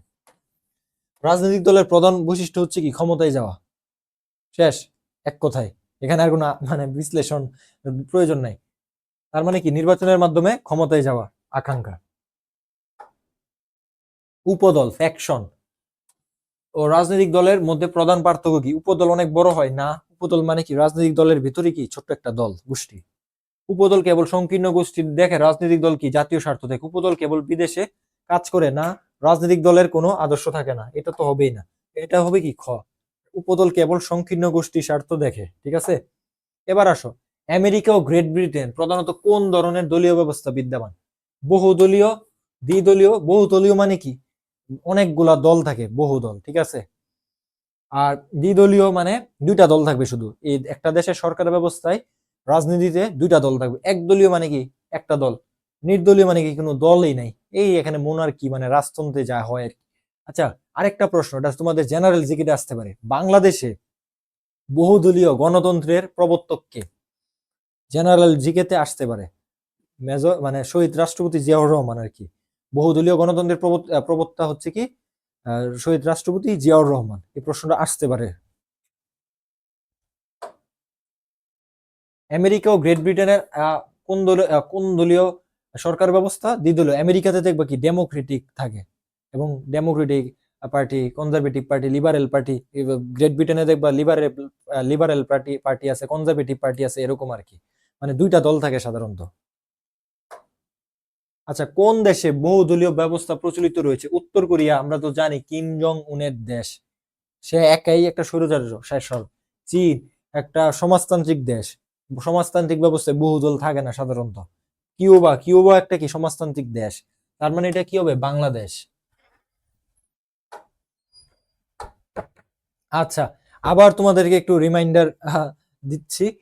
তোমাদের যে আসন্ন ঢাকা সেন্ট্রাল ইউনিভার্সিটি যে ভর্তি পরীক্ষাকে সামনে রেখে তোমাদের প্রস্তুতিকে গুছিয়ে নেওয়ার জন্য আমাদের প্ল্যাটফর্ম থেকে এই যে ঢাকা সেন্ট্রাল ইউনিভার্সিটির যে কোর্সটি রয়েছে বিজ্ঞান, মানবিক ও ব্যবসা শিক্ষার জন্য, এই কোর্সটিতে অলরেডি 3,500+ শিক্ষার্থী, ভর্তিচ্ছুক শিক্ষার্থী ভর্তি হয়ে গিয়েছে এবং তারা তাদের প্রস্তুতিকে গুছিয়ে নিচ্ছে। তোমরা যারা এখনো এদিক সেদিক ঘোরাফেরা করছো, দ্বিধান্বিত অবস্থায় আছো, মানে প্রস্তুতিকে গুছিয়ে নিতে পারছো না, টেনশনে আছো, তোমাদের টেনশনের কারণে আমাদের কোর্সটি তোমাদের জন্য হতে পারে একটি পাথেয়। সো এদিক সেদিক ঘোরাফেরা না করে আর কালক্ষেপণ না করে অতি দ্রুত আমাদের এই কোর্সটিতে এনরোল করে ফেলো। এবং তোমরা যদি এখন ভর্তি হও, পাচ্ছ 40% ডিসকাউন্ট, যাতে তোমরা সবাই এনরোল করতে পারো। আরো যদি বিস্তারিত জানার প্রয়োজন হয়, এই কোর্স রিলেটেড কোনো কোয়েশ্চেন কোয়ারিজ থাকে তোমাদের, তোমরা এই হোয়াটসঅ্যাপ নাম্বারটিতে মেসেজ করতে পারো। ক্লিয়ার? আচ্ছা দেখো, কোয়ালিশন সরকার বা সাধারণত কোন ব্যবস্থায় দেখা যায়? একদলীয় না। আচ্ছা, first of all we have to know what does mean by coalition সরকার, কোয়ালিশন গভর্নমেন্ট। ওকে, কোয়ালিশন সরকার হচ্ছে কি, মানে এখানে বিভিন্ন দলের রাজনৈতিক দল আছে, বিভিন্ন রাজনৈতিক দল মিলে একটা সরকার গঠন করে। ধরো একটা নির্বাচনে অনেকগুলা ধরো 50টা, ধরো সাপোজ 20টা দল অংশগ্রহণ করেছে। এখন 20টা দলের মধ্যে একটা দল পেয়েছে ধরো 300 আসনের মধ্যে, আমি উদাহরণ দিচ্ছি এটা, 300 আসনের মধ্যে ধরো একটা দল পেয়েছে 200 আসন, আর বাকি কিছু দল পেয়েছে 50, কিছু দল 50, কিছু দল ধরো 6টা, কিছু 7, এরকম মানে বিভিন্ন ছোট ছোট পোর্শনে কি হয়, মানে আসন পেয়েছে। এখন তারা করেছে কি, জোটবদ্ধ হয়েছে, একত্রিত জোটবদ্ধ হয়ে কি একটা সরকার গঠন করে। ঠিক আছে, জোটবদ্ধ কোয়ালিশন সরকার মানেই বুঝে কি জোটবদ্ধ সরকার। ঠিক আছে, একাধিক রাজনৈতিক দল মিলে একটা সরকার গঠন করে, এটাকে সাধারণত কি বলে? কোয়ালিশন সরকার। তো কোয়ালিশন সরকার সাধারণত দ্বিদলীয়তে কি হবেই না, বহুদলীয়তে হবে। সিম্পল। আচ্ছা দেখো, রাজনৈতিক দল জনগণের চাওয়া পাওয়াকে সরকারের কাছে উপস্থাপনের জন্য একত্রিত করে, একে কি বলা হয়? স্বার্থের সংঘাত? না। স্বার্থের একত্রীকরণ, স্বার্থের গোপনকরণ, রাজনৈতিক উদাসীনতা, এটা হবে কি ইন্টারেস্ট এগ্রিগেশন, স্বার্থের একত্রীকরণ হবে। আচ্ছা দেখো, রাজনৈতিক দলের ম্যানিফেস্টো, ইশতেহার মূলত কি? নেতাদের ব্যক্তিগত জীবনী? না। সবাই দেখবে ইশতেহার দেয়, আমি ইলেকশনে পাশ করলে এটা করব সেটা করব। ঠিক আছে, এটা হচ্ছে কি মূলত ইশতেহার বা ম্যানিফেস্টো বলা হয়। দলের ভবিষ্যৎ লক্ষ্য কর্মসূচির লিখিত দলিল, কেবল বিরোধীদের সমালোচনা? না। আদালতের নির্দেশনাবলী? না। তার মানে কি হবে? খ, দলের ভবিষ্যৎ লক্ষ্য ও কর্মসূচির লিখিত দলিল। এবার আসো 65 নম্বরে, রাজনৈতিক দলের একটি প্রধান এবং আবশ্যক বৈশিষ্ট্য কোনটি? সশস্ত্র ক্যাডার, বাহিনী তৈরি করা? না। যদিও আমাদের বাংলাদেশের রাজনীতিতে এটা দেখা যায়। সুনির্দিষ্ট রাজনৈতিক আদর্শ, কর্মসূচি বা ইশতেহার থাকা? হতে পারে। কেবল বিশেষ গোষ্ঠীর স্বার্থ রক্ষা, নাকি আন্তর্জাতিক সংস্থার নির্দেশ অনুযায়ী দল চালানো? কি হবে? এটা হবে সুনির্দিষ্ট রাজনৈতিক আদর্শ ও কর্মসূচি বা ইশতেহার থাকা। আচ্ছা দেখো, 66 নাম্বার প্রশ্নে কি বলেছে? রাজনৈতিক দল এবং উপদলের মধ্যে পৌরনৈতিক নাম মানে মৌলিক পার্থক্যের ক্ষেত্র কোনটি? মৌলিক ফান্ডামেন্টাল পার্থক্য কি? রাজনৈতিক দল সংখ্যায় ছোট হয়। রাজনৈতিক দল কি ছোট হয়? না, বড় থাকে। রাজনৈতিক দল জাতীয় স্বার্থ দেখে, পক্ষান্তরে উপদল সংকীর্ণ ব্যক্তির স্বার্থ দেখে। হতে পারে উপদল নির্বাচনের মাধ্যমে সরকার গঠন করতে চায়, এটা উপদল তো ছোট, উপদল তো চাইলেই কি রাজনৈতিক দলের মতো এত বিশাল পোর্শনে নির্বাচন করতে পারে না। রাজনৈতিক দলের কোন নির্দিষ্ট নেতা থাকে না, এটা তো হবেই না। তার মানে কি উত্তর খ। দেখো, গণতান্ত্রিক ব্যবস্থায় রাজনৈতিক দলকে রাজনীতির প্রাণ শক্তি বলা হয় কেন? এই প্রশ্নটা ভেরি ভেরি ইম্পর্টেন্ট। গণতান্ত্রিক ব্যবস্থায় রাজনৈতিক প্রাণ শক্তি কোনটি? এভাবেও প্রশ্ন করতে পারে। ঠিক আছে, এটি ছাড়া নির্বাচন কমিশনের কাজ করতে পারে না, হবে না। এটি জনমত গঠন, রাজনৈতিক চেতনা বৃদ্ধি এবং জন ইচ্ছার বহিঃপ্রকাশ প্রধান মাধ্যম হতে পারে। এটি কেবল সরকারি তহবিল থেকে অর্থ গ্রহণ করে হবে না। এটি সমাজের সকল দ্বন্দ্ব দূর করতে পারে। এটা কিছুটা, তার মানে কি উত্তর হচ্ছে কি খ। এবার আসো 70 নম্বর প্রশ্ন। রাজনৈতিক দলের স্বার্থের একত্রীকরণ প্রক্রিয়ার মূল কাজ কি? দেখো, বিভিন্ন গোষ্ঠীর স্বার্থকে দলীয় করা। তারপরে খতে কি বলেছে? সমাজের বিচ্ছিন্ন দাবিগুলোকে সুশৃঙ্খল নীতি বা কর্মসূচিতে প্রদান, কেবল প্রভাবশালী ধনিক গোষ্ঠীর স্বার্থ রক্ষা করা, সরকারি কর্মচারীদের স্বার্থের সমন্বয় করা। এটা কি হবে দেখি? এটা হবে কি? সমাজের বিচ্ছিন্ন দাবিগুলোকে সুশৃঙ্খল নীতি বা কর্মসূচিতে রূপান্তর করা। এটা হচ্ছে কি? স্বার্থের একত্রীকরণ। এবার আসো চাপ সৃষ্টিকারী গোষ্ঠী। চাপ সৃষ্টিকারী গোষ্ঠী কি? এটা একটা বিষয় বোঝার জিনিস আছে এখানে। সাথে রাজনৈতিক দলের প্রধান পার্থক্য কি? দেখো, কতে কি বলছে? সদস্য সংখ্যায়। এটা হবে না। রাজনৈতিক দল ক্ষমতা দখল করতে চায়, কিন্তু চাপ সৃষ্টিকারী গোষ্ঠী চায় কি? কেবল প্রভাব বিস্তার, মানে তার স্বার্থটাকে কি আদায় করতে চায় কোনোভাবে। চাপ সৃষ্টিকারী গোষ্ঠী নির্বাচনে প্রার্থী মনোনয়ন দেয় না, সে দেয় না। রাজনৈতিক দলের গোষ্ঠী কোনো নির্দিষ্ট কার্যালয়ে থাকে না। আচ্ছা, চাপ সৃষ্টিকারী গোষ্ঠী কি? দেখবা কি আমরা বলি না যে সুশীল সমাজ, ঠিক আছে? চাপ সৃষ্টিকারী গোষ্ঠী হচ্ছে তারা সরাসরি নির্বাচন করে না, রাজনীতিতে অংশগ্রহণ করে না। তারা করে কি? পরোক্ষভাবে জনমত আদায় করে, বা পরোক্ষভাবে অনলাইন মিডিয়া বা মিডিয়া জগতে হতে পারে, মানে বিভিন্নভাবে মানুষের ভিতর একটা মতামতকে চাপিয়ে দেওয়া, মানুষের পাবলিক সেন্টিমেন্টকে নিয়ন্ত্রণ করা, এরকম ভাবে এগুলো করে তারা সরকারকে চাপে ফেলে। ঠিক আছে? যদি তাদের স্বার্থের বাইরে কিছু হয়, মানে সরকারকে বিভিন্ন দিকে নীতি নির্ধারণে সাহায্য করা, ঠিক আছে, নীতি নির্ধারণে প্রভাব বিস্তার করা। এটা হচ্ছে কি? চাপ সৃষ্টিকারী গোষ্ঠী। আরো সহজভাবে বলতে গেলে বিশ্ববিদ্যালয়ের শিক্ষক সমাজ, ঠিক আছে, তারা এক প্রকার চাপ সৃষ্টিকারী গোষ্ঠী। ধরো, সরকার কোনো একটা কাজ করতে যাচ্ছে যেটা শিক্ষকদের স্বার্থে আঘাত দিবে, ঠিক আছে, এখন তারা করবে কি? স্কুলে মানে স্কুল কলেজ বা বিশ্ববিদ্যালয়ে কি করবে? ক্লাস নেওয়া বন্ধ করে দিবে। এতে শিক্ষার্থীরা ক্ষতিগ্রস্ত হবে। এর মাধ্যমে কি হলো? তারা সরকারের উপর পরোক্ষভাবে কি করলো? চাপ সৃষ্টি করলো, এবং সরকার তাদের দাবি মেনে নিতে বাধ্য হলো। সরকার কি করলো? প্রজ্ঞাপন জারি করলো, বা একটা মানে নীতি নির্ধারণ করলো যে শিক্ষকদের আমি বেতন কমিয়ে দেবো, বা পেনশন ভাতা আমি কেটে নিব, বা এরকম এরকম কিছু, ধরো সাপোজ আর কি। এখন শিক্ষক সমাজ করলো কি? এই যে তারা এই যে ক্লাস নেওয়া বন্ধ করে দেওয়ার মাধ্যমে, বা তারা যে বিভিন্ন লেখালেখির মাধ্যমে যে চাপ ক্রিয়েট করলো, তারা এখানে চাপ সৃষ্টিকারী গোষ্ঠীর ভূমিকা পালন করেছে। বুঝতে পারছো? তারা কিন্তু রাজনৈতিক দল না সরাসরি, তারা এই চাপ সৃষ্টিকারী গোষ্ঠী হিসেবে, এজ এ এজেন্ট হিসেবে তারা সরকারের নীতি নির্ধারণে কি করে? প্রভাব বিস্তার করে। ক্লিয়ার? এবার আসো চাপ সৃষ্টিকারী গোষ্ঠীগুলোর কাজের প্রধান কৌশল কোনটি? সরাসরি বিপ্লব করা না, লবিং করা, প্রচারণার মাধ্যমে নীতি নির্ধারকদের প্রভাবিত করা, সরকার গঠনে অংশগ্রহণ করা। এটা হবে কি? সবচেয়ে সঠিক অ্যান্সার হচ্ছে কি? লবিং। লবিং মানে লবিং মানে লবিং মানে তো আমরা বুঝি সবাই, লবিং করা এবং কি প্রচারণা করা আর কি। এই যে অনলাইনে মিডিয়ায় লেখালেখির মাধ্যমে তারা বিভিন্ন কিছু প্রচার করে তাদের ইচ্ছা স্বার্থকে। নিচের কোনটি একটি পেশাভিত্তিক চাপ সৃষ্টিকারী গোষ্ঠীর উপযুক্ত উদাহরণ? দেখো, রাজনৈতিক দলের ছাত্র সংগঠন না, সে তো রাজনৈতিক দলই, সে তো চাপ সৃষ্টিকারী গোষ্ঠী হতে পারে না। বাংলাদেশ বার কাউন্সিল বা শিক্ষক সমিতি, এই যে অলরেডি কি বলছি, শিক্ষক সমিতি। বা এই যে ডাক্তার অ্যাসোসিয়েশন, ডাক্তাররা করে কি? দেখবা কোনো কারণে যদি ডাক্তারদের স্বার্থ, বা ধরো ডাক্তারদের সাথে কেউ সরকার বা কোনো অন্যায় হলে, তারা করে কি? চিকিৎসা দেওয়া বন্ধ করে দেয়।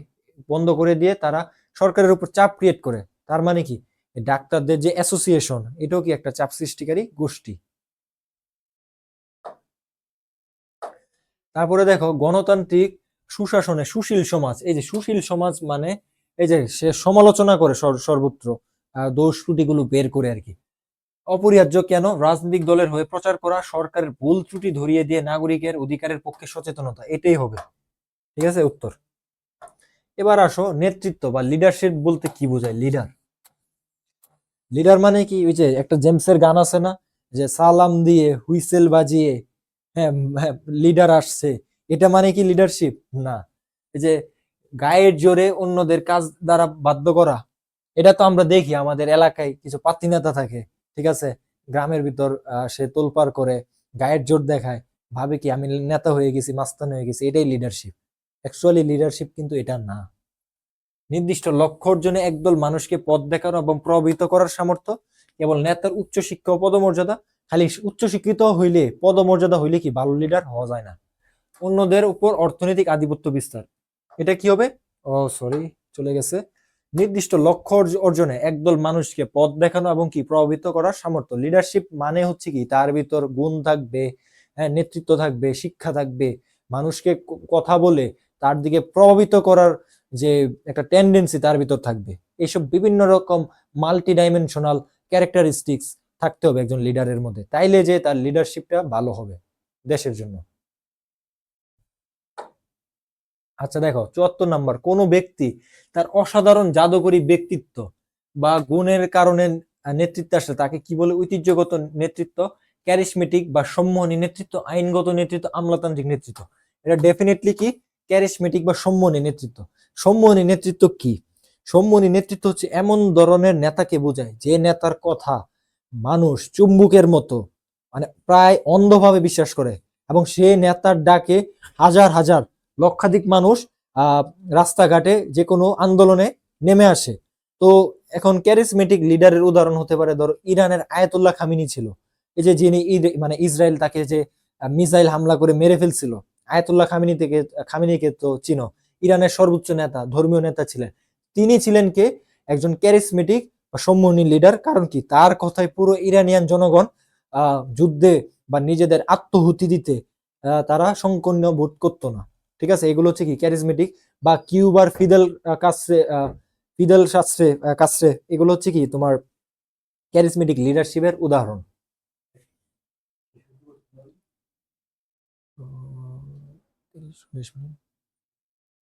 ওকে, আচ্ছা, সুশাসন প্রতিষ্ঠান নেতৃত্বের কোন চারিত্রিক গুণটি সবচেয়ে বড় অন্তরায় দূর করে? উচ্চবিলাস হবে না, আর সততা, স্বচ্ছতা ও নৈতিক দৃঢ়তা, কঠোরতা, কেবল নিজের পরিবারের উন্নয়ন।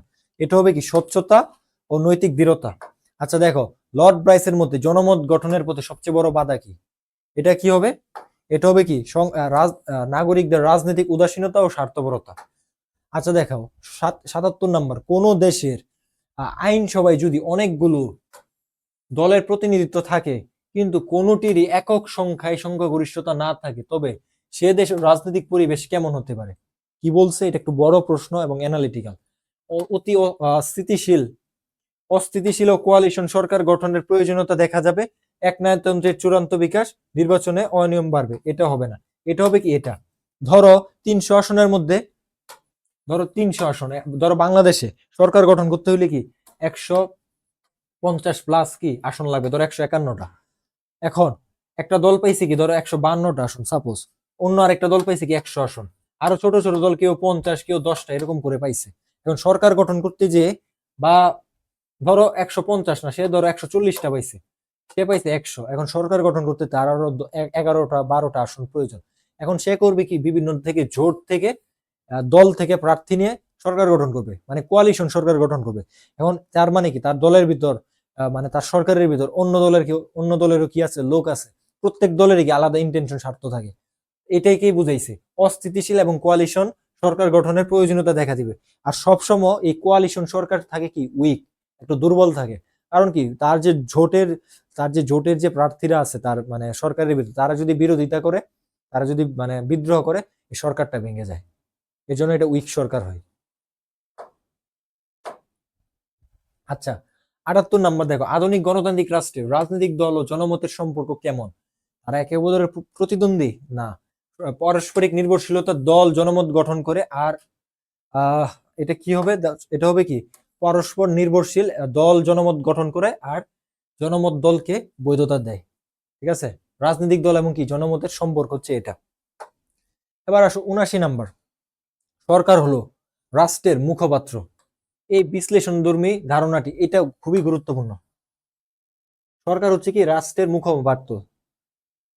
সরকার কি রাষ্ট্র, সরকার ও রাষ্ট্র কি অভিন্ন? কতে কি বলছে এটা? খতে কি বলেছে?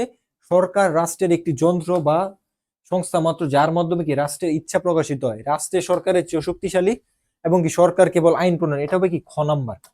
ঠিক আছে, সরকার এবং রাষ্ট্র অভিন্ন, ঠিক আছে, কিন্তু সরকার দ্বারাই তো কি একটা রাষ্ট্রের যে এজেন্ডা, তার যে লক্ষ্য গোল, এটা কি হয়, প্রকাশিত হয়। ঠিক আছে, রাষ্ট্রের ইচ্ছা প্রকাশিত হয়। এবার আসো, আধুনিক কালে শাসন ক্ষমতার উৎকর্ষের ভিত্তিতে সরকারকে প্রধানত কয় ভাগে ভাগ করা হয়? এটা হচ্ছে কি দুই ভাগে, একনায়তন্ত্র এবং কি গণতন্ত্র। জ্ঞানমূলক প্রশ্ন। দেখো, নিয়মতান্ত্রিক রাজতন্ত্র কনস্টিটিউশনাল মোনার্কি কোন কোন দেশে বিদ্যমান? এটা হচ্ছে কি গ্রেট ব্রিটেন। দেখবে কি ইংল্যান্ডের এখনো রানী আছে, রাজা আছে, রানী। এর মানে কনস্টিটিউশনাল মোনার্কি আবার কানাডাতে আছে, জাপানে আছে, স্কটল্যান্ডে আছে, বা ইউরোপের বিভিন্ন দেশ, মানে সুইডেনে আছে এসব নিয়মতান্ত্রিক রাজতন্ত্র।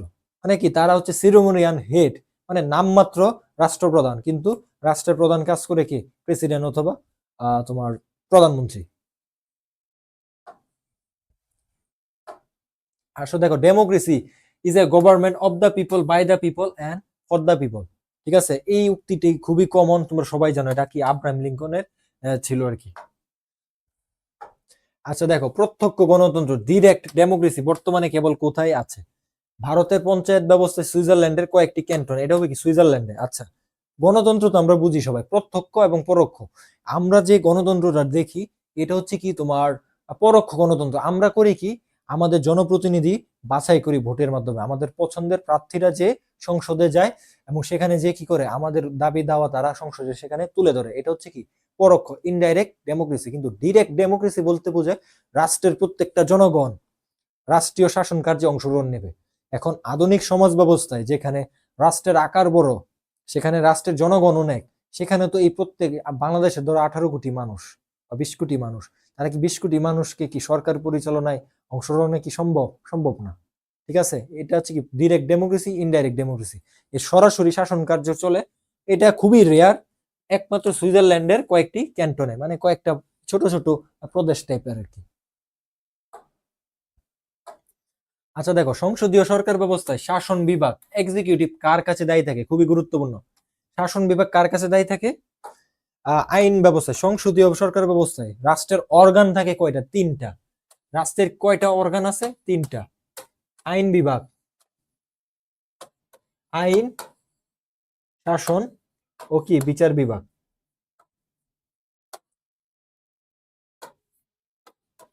এটা হচ্ছে কি সংসদীয় সরকার ব্যবস্থায় রাষ্ট্রের 3টা প্রধান অর্গান, এই 3টা একে অপরের সাথে কি ইন্টার কানেক্টেড। ক্লিয়ার? আচ্ছা দেখো, সংসদীয় সরকারের রাষ্ট্রপ্রধানের প্রকৃত অবস্থা কি? তিনি সর্বময় ক্ষমতার অধিকারী একজন মানব। তিনি কি একজন আইনসভার সদস্য নন, তিনি বাজেট অনুমোদন করেন, তিনি একজন কি নাম সর্বস্ব প্রধান, মানে কি সিরিমোনিয়াল হেড আর কি। আচ্ছা দেখো, রাষ্ট্রপতি শাসিত সরকারে প্রেসিডেন্সিয়াল গভর্নমেন্টে রাষ্ট্রপতি কার কাছে দায়ী নন? দেখো কি বলছে, নন, এখানে বলে নাই কার কাছে দায়ী। প্রথমত বলছে কি জনগণের কাছে, সংবিধানের কাছে, আইনসভার কাছে, আদালতের কাছে। এখানে কি হবে, এটা হবে কি আইনসভার কাছে কি রাষ্ট্রপতি শাসিত ব্যবস্থা কি দায়ী নয়। রাষ্ট্রপতি শাসিত সরকারের উদাহরণ কোনটা? যুক্তরাষ্ট্র, আমরা বলি না আমেরিকান প্রেসিডেন্ট। ঠিক আছে, এরকম যে রাষ্ট্রপতি শাসিত সরকারের একটি প্রধান সুবিধা কি? এটি স্বৈরতান্ত্রিক হতে পারে না, সরকার ও নীতির স্থায়িত্ব থাকে, আইনসভার সাথে সুসম্পর্ক বজায় থাকে, এটি অধিক গণতান্ত্রিক। এটা হচ্ছে কি সরকার এবং নীতির কি স্থায়িত্ব থাকে।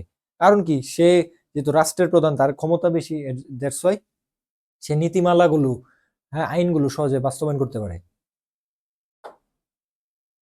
ক্যাবিনেট বা মন্ত্রিসভা শাসিত সরকারের যোজক সূত্র বলা হয় কাকে? স্পিকার, রাষ্ট্রপতি, প্রধানমন্ত্রীকে। এটা হচ্ছে কি প্রধানমন্ত্রী। আচ্ছা, বাংলাদেশ হচ্ছে কি একটা প্রধানমন্ত্রী শাসিত সরকার ব্যবস্থা, এবং একই সাথে কি ক্যাবিনেট বা মন্ত্রী পরিষদ শাসিত সরকার ব্যবস্থা, এবং এই মন্ত্রী পরিষদের হেড হচ্ছে কি প্রধানমন্ত্রী। ক্লিয়ার? বাংলাদেশে মন্ত্রী পরিষদের হেড হচ্ছে কি প্রধানমন্ত্রী, এবং তার আন্ডারে বিভিন্ন মন্ত্রী, স্বরাষ্ট্রমন্ত্রী, অর্থমন্ত্রী, স্বাস্থ্যমন্ত্রী, শিল্পমন্ত্রী ইত্যাদি বিভিন্ন মন্ত্রীরা থাকে। আচ্ছা, এক কেন্দ্রিক সরকার মানে কি? ইউনিটারি গভর্নমেন্টের মূল ভিত্তি কি? এক কেন্দ্রিক সরকার ব্যবস্থা হচ্ছে কি একটা দেশে শুধু একটা মানে কেন্দ্র থাকবে, এবং এই একটা কেন্দ্র থেকে পুরো দেশটাকে পরিচালনা করা হবে। এটার উদাহরণ হচ্ছে কি বাংলাদেশ। যেমন কি বাংলাদেশের ঢাকা, ঢাকা থেকে পুরো বাংলাদেশটাকে কি করা হয়, কন্ট্রোল করা হয়। কিন্তু দ্বিকেন্দ্রিক বা দ্বিকেন্দ্রিক বা বিভিন্ন ফেডারেল যে গভর্নমেন্ট আছে, যেমন যুক্তরাষ্ট্রে দেখবা কি তাদের যে 50টা অঙ্গরাজ্য আছে না, এই 50টা অঙ্গরাজ্যে আলাদা আলাদা সরকার আছে, একটা কেন্দ্রীয় গভর্নমেন্ট থাকে, তারা নিয়ন্ত্রণ করে। বাট 50টা অঙ্গরাজ্য কি তারা আলাদাভাবে, তাদের নিজস্ব আইনসভা আছে, নিজস্ব নীতি নিয়ম আছে, তারা তাদের মতো করে কি ইন্ডিভিজুয়ালি ইন্ডিপেন্ডেন্টলি কাজ করে। কিন্তু বাংলাদেশ হচ্ছে কি একমাত্র ঢাকা থেকেই পুরো বাংলাদেশের 64টা জেলাকে কি করা হয়, কন্ট্রোল করা হয়, শাসন করা হয়। এটা হচ্ছে কি এককেন্দ্রিক। এটা হচ্ছে কি সংবিধান অনুযায়ী সকল ক্ষমতায় কেন্দ্রে অবস্থান।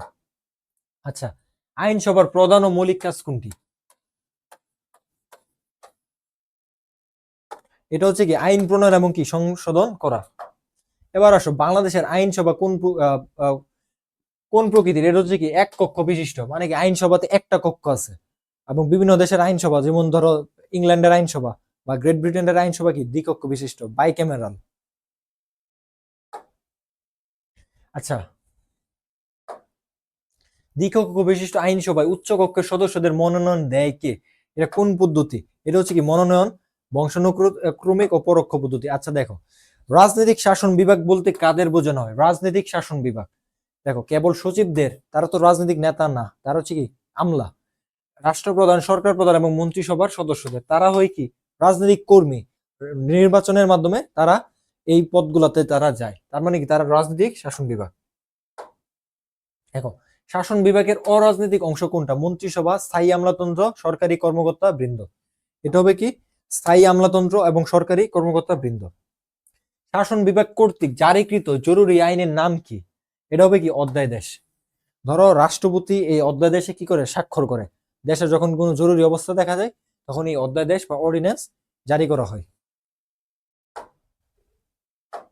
এবার আসো, বিচার বিভাগীয় পর্যালোচনা, জুডিশিয়ারি রিভিউ। এই প্রশ্নটা একটু তোমাদের কঠিন লাগতে পারে। আইনসভা প্রণীত কোনো আইন সংবিধান বিরোধী হলে তা কি করা? অবৈধ ঘোষণা করা। আচ্ছা, সংবিধানের অভিভাবক কে? এই প্রশ্নটা গুরুত্বপূর্ণ। সংবিধানের অভিভাবক কে? এটা হচ্ছে কি বিচার বিভাগ। ঠিক আছে। আচ্ছা, ক্ষমতা পৃথিকরণ নীতি, এটাকে মন্টেস্কু, বানানটা ভুল এসেছে এখানে, মন্টেস্কু, ক্ষমতা স্বতন্ত্রীকরণ নীতি। এবার আসো, মন্টেস্কুর বিখ্যাত বইয়ের নাম কি? এটাও পরীক্ষায় মাঝে মধ্যে আসে, দ্য স্পিরিট অফ ল। এবার আসো, সমাজতান্ত্রিক সরকার ব্যবস্থা উৎপাদনের উপকরণ কার উপর থাকে? পুঁজিপতি রাষ্ট্রের, সমাজের। এটা হবে কি সমাজের উপর। ঠিক আছে, সমাজতান্ত্রিক সরকার ব্যবস্থা তো বুঝি, সমাজতান্ত্রিক কোনটা? সমাজতান্ত্রিকে উৎপাদনের উপকরণ মালিকানাধীন সবকিছু থাকে কি সমাজের। ঠিক আছে, আর পুঁজিপতিতে পুঁজিপতি বা ধনতান্ত্রিক যে অর্থ ব্যবস্থা, সেখানে সকল কিছু অবাধ থাকে, সেখানে প্রাইভেট থাকে সবকিছু। এবার আসো, দ্বিকক্ষ বিশিষ্ট আইনসভায় নিম্নকক্ষের সদস্যরা সাধারণত কিভাবে নির্বাচিত প্রাপ্তবয়স্কদের সরাসরি ভোটাধিকারের মাধ্যমে, ভোটের মাধ্যমে। দেখো, ক্ষমতা পূর্ণ পৃথিকরণ নীতির কঠোর প্রয়োগ দেখা যায় কোথায়? যুক্তরাষ্ট্রে। এই যে আইন বিভাগ, শাসন বিভাগ, বিচার বিভাগ, যে তিনটা বিভাগ রয়েছে, এই তিনটা বিভাগের মধ্যে ক্ষমতার চেক এন্ড ব্যালেন্স করা। ঠিক আছে, এটা হচ্ছে কি ক্ষমতা স্বাতন্ত্র্যকরণ নীতি। ঠিক আছে, এটার জনক কে?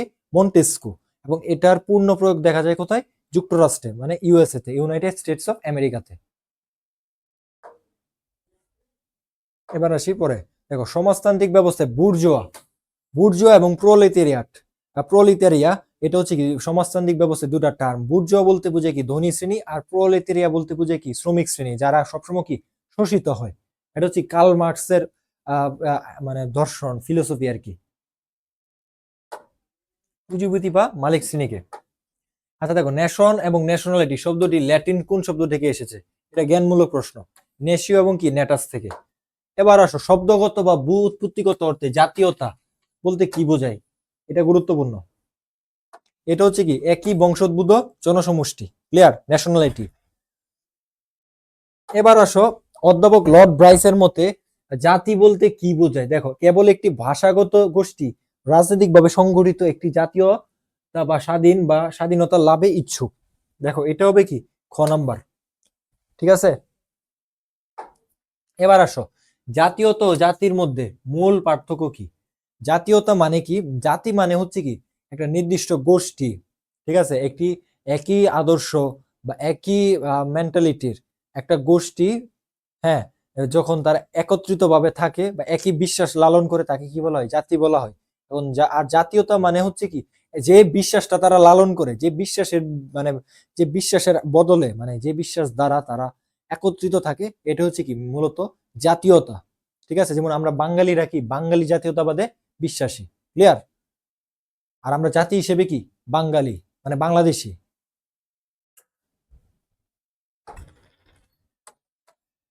রাজনৈতিক সংগঠন এবং স্বাধীনতা।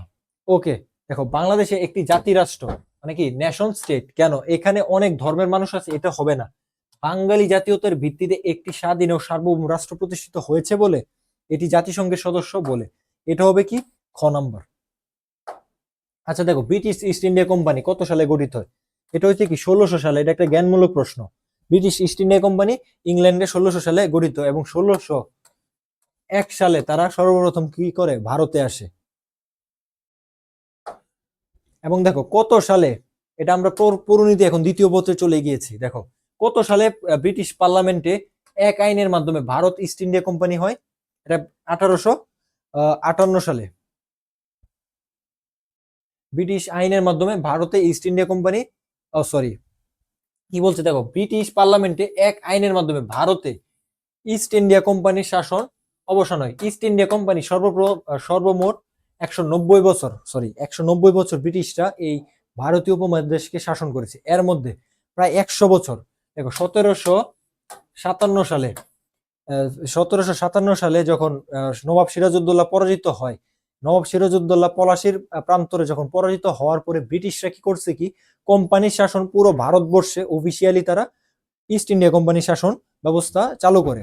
এবং এর প্রায় 100 বছর পরে 1858 সালে সিপাহী বিদ্রোহের পরে তারা সরাসরি কোম্পানি শাসনকে উইথড্র করে একদম ব্রিটিশ রাজের শাসন, ব্রিটিশ সরকারের শাসন এই ভারতীয় উপমহাদেশে নিয়ে আসে। এই বিষয়টি কি এখানে ফুটে উঠেছে। ঠিক আছে, 1861 সালে আইনে প্রবর্তিত পোর্টফোলিও পদ্ধতিটা কি? দেখো এটা হচ্ছে কি নির্দিষ্ট সদস্যের উপর নির্দিষ্ট বিভাগের দায়িত্ব অর্পণ। 1861 সালের ভারত শাসন আইনটা কিন্তু গুরুত্বপূর্ণ। ভারতীয় জাতীয় কংগ্রেস কত তারিখে গঠিত হয়? এই প্রশ্নটা গুরুত্বপূর্ণ। এটা হচ্ছে কি 28শে ডিসেম্বর 1885। এটা মুখস্থ রাখতে হবে। কংগ্রেস প্রতিষ্ঠার অন্যতম প্রধান লক্ষ্য কি ছিল? সশস্ত্র বিপ্লব করা না, ব্রিটিশ সরকারের সাথে নিয়মতান্ত্রিক উপায়ে দাবি দেওয়া, মানে ব্রিটিশ সরকারের সাথে ডিল করা, তাদের অধিকার ভারতবাসীর অধিকার আদায় করা আর কি। আচ্ছা দেখো তারপরে দেখি চলে যাই 114 নম্বর, কংগ্রেসের প্রথম অধিবেশনে সভাপতিত্ব করেন কি? ঠিক আছে, সভাপতিত্ব করেন কে? উমেশ চন্দ্র বন্দ্যোপাধ্যায়। এখানে একটা বিষয় মনে রাখতে হবে, উমেশ চন্দ্র বন্দ্যোপাধ্যায় কি কংগ্রেসের প্রথম অধিবেশনে সভাপতিত্ব করেন, কিন্তু কংগ্রেসের প্রথম সভাপতি কে ছিলেন? এই সভাপতি ছিলেন হচ্ছে কি Alan Octavian Hume. Alan Octavian Hume লোকটি কে ছিল? একজন ব্রিটিশ অবসরপ্রাপ্ত সরকারি কর্মকর্তা। ঠিক আছে, তিনি কংগ্রেসের প্রথম সভাপতি ছিলেন। আর প্রথম অধিবেশনে সভাপতিত্ব করেন কে? উমেশ চন্দ্র বন্দ্যোপাধ্যায়। এবার আসো 1905 সালে 1 সেপ্টেম্বর বঙ্গভঙ্গের ঘোষণা দেন কে? এটা হচ্ছে কি লর্ড কার্জন। আমরা বঙ্গভঙ্গের কথা সবাই জানি।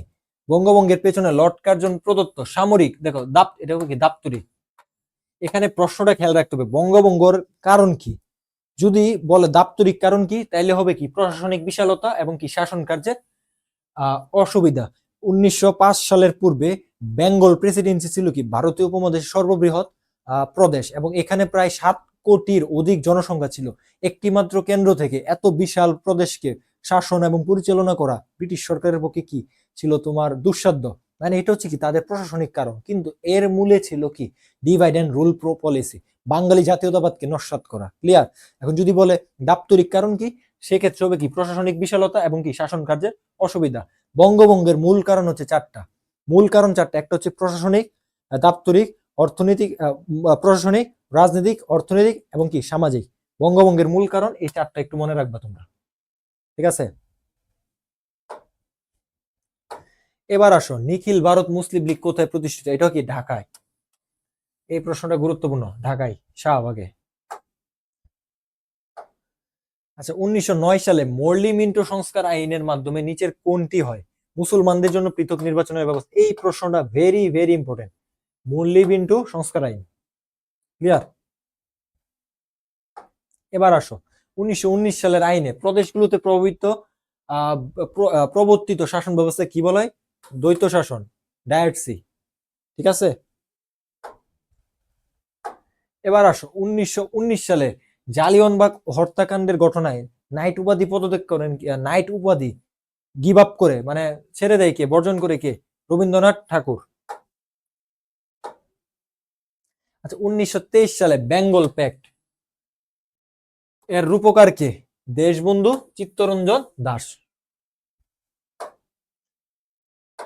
এবার আসো, ঐতিহাসিক লাহোর প্রস্তাব কত তারিখে উত্থাপিত হয়? এই প্রশ্নটা গুরুত্বপূর্ণ। এবং লাহোর প্রস্তাবের ভিতরেই স্বাধীন বাংলাদেশের কি ছিল?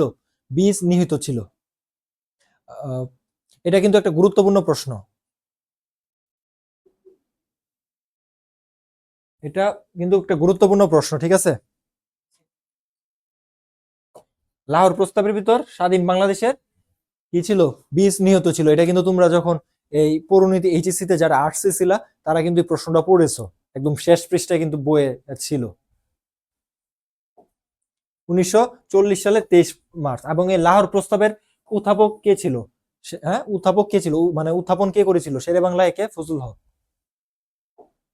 ঠিক আছে? 1947 সালে 3 জুন পরিকল্পনাটি কি নামে পরিচিত? এটা হচ্ছে মাউন্টব্যাটেন পরিকল্পনা। এবার আসো, তমুদ্দিন মজলিস নামক সামাজিক এবং সাংস্কৃতিক সংগঠনটির নেতৃত্ব কে ছিল? অধ্যাপক আবুল কাশেম, ঢাকা বিশ্ববিদ্যালয়ের তরুণ অধ্যাপক আবুল কাশেম। ভাষা আন্দোলন রিলেটেড এখন প্রশ্ন আসতে পারে, ভাষা আন্দোলনের রিলেটেড প্রথম গড়ে ওঠা সংগঠন কোনটা ভাষা আন্দোলনের? এটা হবে কি? তমুদ্দিন মজলিস। ক্লিয়ার? এবার আসো, 125 নম্বর প্রশ্ন, কত তারিখে পাকিস্তান গণপরিষদ ধীরেন্দ্রনাথ দত্ত উর্দুর পাশাপাশি, এই প্রশ্নটার ভিতর মাল্টিপল প্রশ্ন চলে আসবে, দেখো, উর্দুর পাশাপাশি বাংলাকে রাষ্ট্রভাষা করার দাবি জানান। দেখো, 1948 সালের 23শে ফেব্রুয়ারি, 52 সালের 21শে ফেব্রুয়ারি, এটা হবে 1948 সালের 23শে ফেব্রুয়ারি। 23শে ফেব্রুয়ারিতে অনেকগুলা ঘটনা ঘটেছে, কিন্তু ঐতিহাসিক ঘটনা। কে জানিয়েছিল? ধীরেন্দ্রনাথ দত্ত। বাংলাকে, উর্দুর পাশাপাশি বাংলাকে রাষ্ট্রভাষা করার দাবি কে জানান? ধীরেন্দ্রনাথ দত্ত। এটা পরীক্ষা প্রশ্ন আসতে পারে। ঠিক আছে? ভাষা আন্দোলনের মাধ্যমে বাঙালির মধ্যে কোন চেতনার বহির প্রকাশ ঘটে? এটা ডেফিনেটলি কি? বাঙালি জাতীয়তাবাদ। এবার 1956 সালের সংবিধানের প্রধান বৈশিষ্ট্য কি? দেখো, পাকিস্তান রাষ্ট্রের 1947 সালে যখন পাকিস্তান রাষ্ট্র হয়, 14ই আগস্ট হওয়ার পরে 1956 সালে পাকিস্তান রাষ্ট্রের সংবিধান হয়। এবং এই পাকিস্তান রাষ্ট্রের সংবিধানে 1956 সালে বাংলা ভাষা রাষ্ট্রভাষা হিসেবে কি স্বীকৃতি পায় আর কি, অন্যতম রাষ্ট্রভাষা হিসেবে। সংবিধানের প্রধান বৈশিষ্ট্য কি ছিল? দেখো, এটা হচ্ছে কি? সংসদীয় বা মন্ত্রী পরিষদ শাসিত সরকার।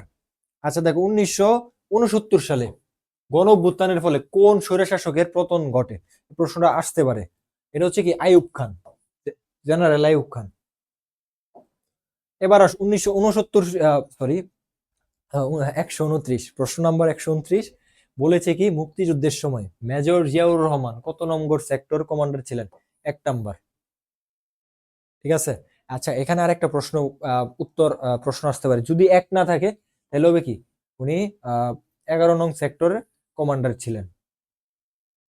ক্লিয়ার? কারণ কি, যুদ্ধের সময় 1 নাম্বার সেক্টরে তিনি ছিলেন, কিন্তু যখন যুদ্ধটা আরো বেশি ব্যাপক হয় শেষের দিকে তিনি 11 নং সেক্টরে চলে গিয়েছিলেন। এবং আর 10 নং সেক্টরটা হচ্ছে কি? পানিতে, মানে সমুদ্র অঞ্চলেই হচ্ছে কি 10 নং সেক্টর। আচ্ছা, এটা সম্ভব 1 নম্বর, এই যে এটা কি অলওয়েজ এই একটাই থাকে, ম্যাক্সিমাম টাইমে কি 1 থাকে, কিন্তু ওই পেঁচানো প্রশ্নটা খুব কমই আসে।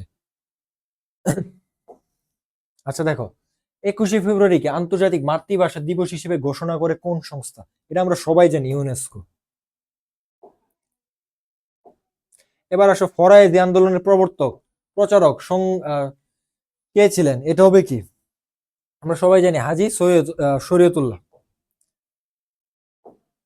এবার আসো, ফরাজি আন্দোলনের মূল লক্ষ্য কি? দেখো, ইসলাম প্রচার করা মনে হতে পারে এটা ফরাজি আন্দোলন। ফরাজি মানে কি? ফরাজি শব্দটি এসেছে ফরজ, মানে অত্যাবশ্যকীয়, যা পালনীয়। ঠিক আছে? ইসলাম প্রচার করা, এটা অ্যাপারেন্টলি মনে হতে পারে প্রচলিত কুসংস্কার দূর করা, অত্যাচারী জমিদার নীলকরদের বিরুদ্ধে জনগণকে ঐক্যবদ্ধ করা, মুসলিম ভ্রাতৃত্ববোধ এবং ব্রিটিশ শাসন মেনে নেওয়া। এটা কি হবে? এটা মনে হতে পারে কি তিনটা, কিন্তু এই তিনটাই তো সিমিলার লাগতেছে। তার মানে কি উত্তর হবে কি খ। প্রচলিত কুসংস্কার দূর করা এবং অত্যাচারী জমিদার এবং কি নীলকরদের বিরুদ্ধে জনগণকে ঐক্যবদ্ধ করা। আচ্ছা, বারাসাত বিদ্রোহের নেতাকে? এই যে বারাসাত বিদ্রোহের নেতা হচ্ছে কি তিতুমির। তিতুমিরের অপর নাম কি? মীর সৈয়দ নিসার আলী। ঠিক আছে, তিনি নারিকেলবাড়িয়ায় একটা বাঁশের কেল্লা নির্মাণ করেন। কে নির্মাণ করেন? তিতুমির। এবং সেই বাঁশের কেল্লাটা কেন নির্মাণ করেন? এই ব্রিটিশদের বিরুদ্ধে যুদ্ধ করার জন্য, একটা দুর্গ হিসেবে। দুর্গ মানে তো বুঝো একটা ক্যাম্প, সেখানে তিনি তার সৈন্য পদাতিক বাহিনী সেখানে রাখতেন ব্রিটিশদের বিরুদ্ধে যুদ্ধ করার জন্য। এবং তিনি প্রথম ব্রিটিশদের বিরুদ্ধে সশস্ত্র যুদ্ধে তিনি আহ্বান করেছিলেন, এবং তিনি ফরিদপুর সহ গোটা একটা অঞ্চলকে তিনি সর্বপ্রথম মানে স্বাধীন করে, স্বাধীন বলে তিনি আখ্যায়িত করেছিলেন। তুমি এবার তোমরা ভাবো তার কত সাহস ছিল ওই সময় এই তিতুমিরের। আচ্ছা দেখো, বাংলার সৈয়দ আহমেদ বলা হয় কাকে? এটা হচ্ছে কি নওয়াব আব্দুল লতিফকে। আচ্ছা, কে দেশবন্ধু নামে পরিচিত? চিত্তরঞ্জন দাস, এটা আমরা জানি। দেখো, এবার আসো, কৃষক কুলের মুক্তির অগ্রদূত বলা হয় কাকে? শেরে বাংলা এ কে ফজলুল হক। কারণ কি? তিনি কৃষক প্রজা পার্টি গ্রহণ করেছিলেন। শুধু তাই নয়, তিনি কৃষকদের ঋণ মওকুফ করে দিয়েছিলেন। এর জন্য তাকে কৃষক কুলের অগ্রদূত বলা হয়। তিনি কৃষি বান্ধব একজন নেতা ছিলেন। ওকে, এবার আসো, নিখিল বঙ্গ প্রজা সমিতি, এটাও একে ফজলুল হক হবে। তারপরে দেখো, গণতন্ত্রের মানসপুত্র কে ছিলেন? এই প্রশ্নটা খুবই গুরুত্বপূর্ণ। এটা ছিলেন কি? হোসেন শহীদ সোহরাওয়ার্দী। এবার আসো, 1946 সালে নির্বাচনে জয়যুক্ত হয়ে কোন নেতা অবিভক্ত বাংলার মুখ্যমন্ত্রী হন? এটা এই প্রশ্নটাও কিন্তু গুরুত্বপূর্ণ। হোসেন শহীদ সোহরাওয়ার্দী। এবার আসো, ফারাক্কা লং মার্চ কার নেতৃত্ব? এটা আমরা সবাই জানি, মাওলানা আব্দুল হামিদ খান বাসানির নেতৃত্বে। এবার আসি 141 নাম্বার। দেখো, 1972 সালে সংবিধান প্রণয়ন কমিটির সদস্য সংখ্যা কত ছিল? এই প্রশ্নটা গুরুত্বপূর্ণ সংবিধান থেকে। 34 জন। দেখো, সংবিধান প্রণয়ন কমিটির একমাত্র এটা ভুল এসেছে, এখানে হবে কি? এটা হবে কি নারী। একমাত্র নারী সদস্য কে ছিলেন? এটা হবে কি বেগম রাজিয়া বানু, একমাত্র নারী সদস্য ছিলেন। এবার দেখো, খসড়া সংবিধান কমিটির একমাত্র বিরোধী দলীয় সদস্য কে ছিলেন? সুরঞ্জিত সেনগুপ্ত। আচ্ছা, কত সালে গণপরিষদে গৃহীত হয়? এই প্রশ্নটাও গুরুত্বপূর্ণ। এটা হচ্ছে কি 4 নভেম্বর 1972 সালে, যখন সংবিধানটা মানে বানানো হয়েছিল, একটা ড্রাফট খসড়া করা হয়েছিল, তখন 4 নভেম্বর 1972 সালে এটা গৃহীত হয়েছিল। কিন্তু বাস্তবায়ন কার্যকর করা হয়েছিল কত তারিখে? 16 ডিসেম্বর। 16 ডিসেম্বর 1972 সাল থেকে এই সংবিধানটা কি হয়? কার্যকর হয়। এই দুইটা ডেট তোমরা একটু মনে রাখবা।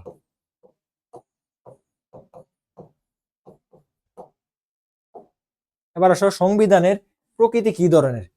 এইটা অনেক গুরুত্বপূর্ণ একটা প্রশ্ন। বাংলাদেশের সংবিধানের প্রকৃতি কেমন?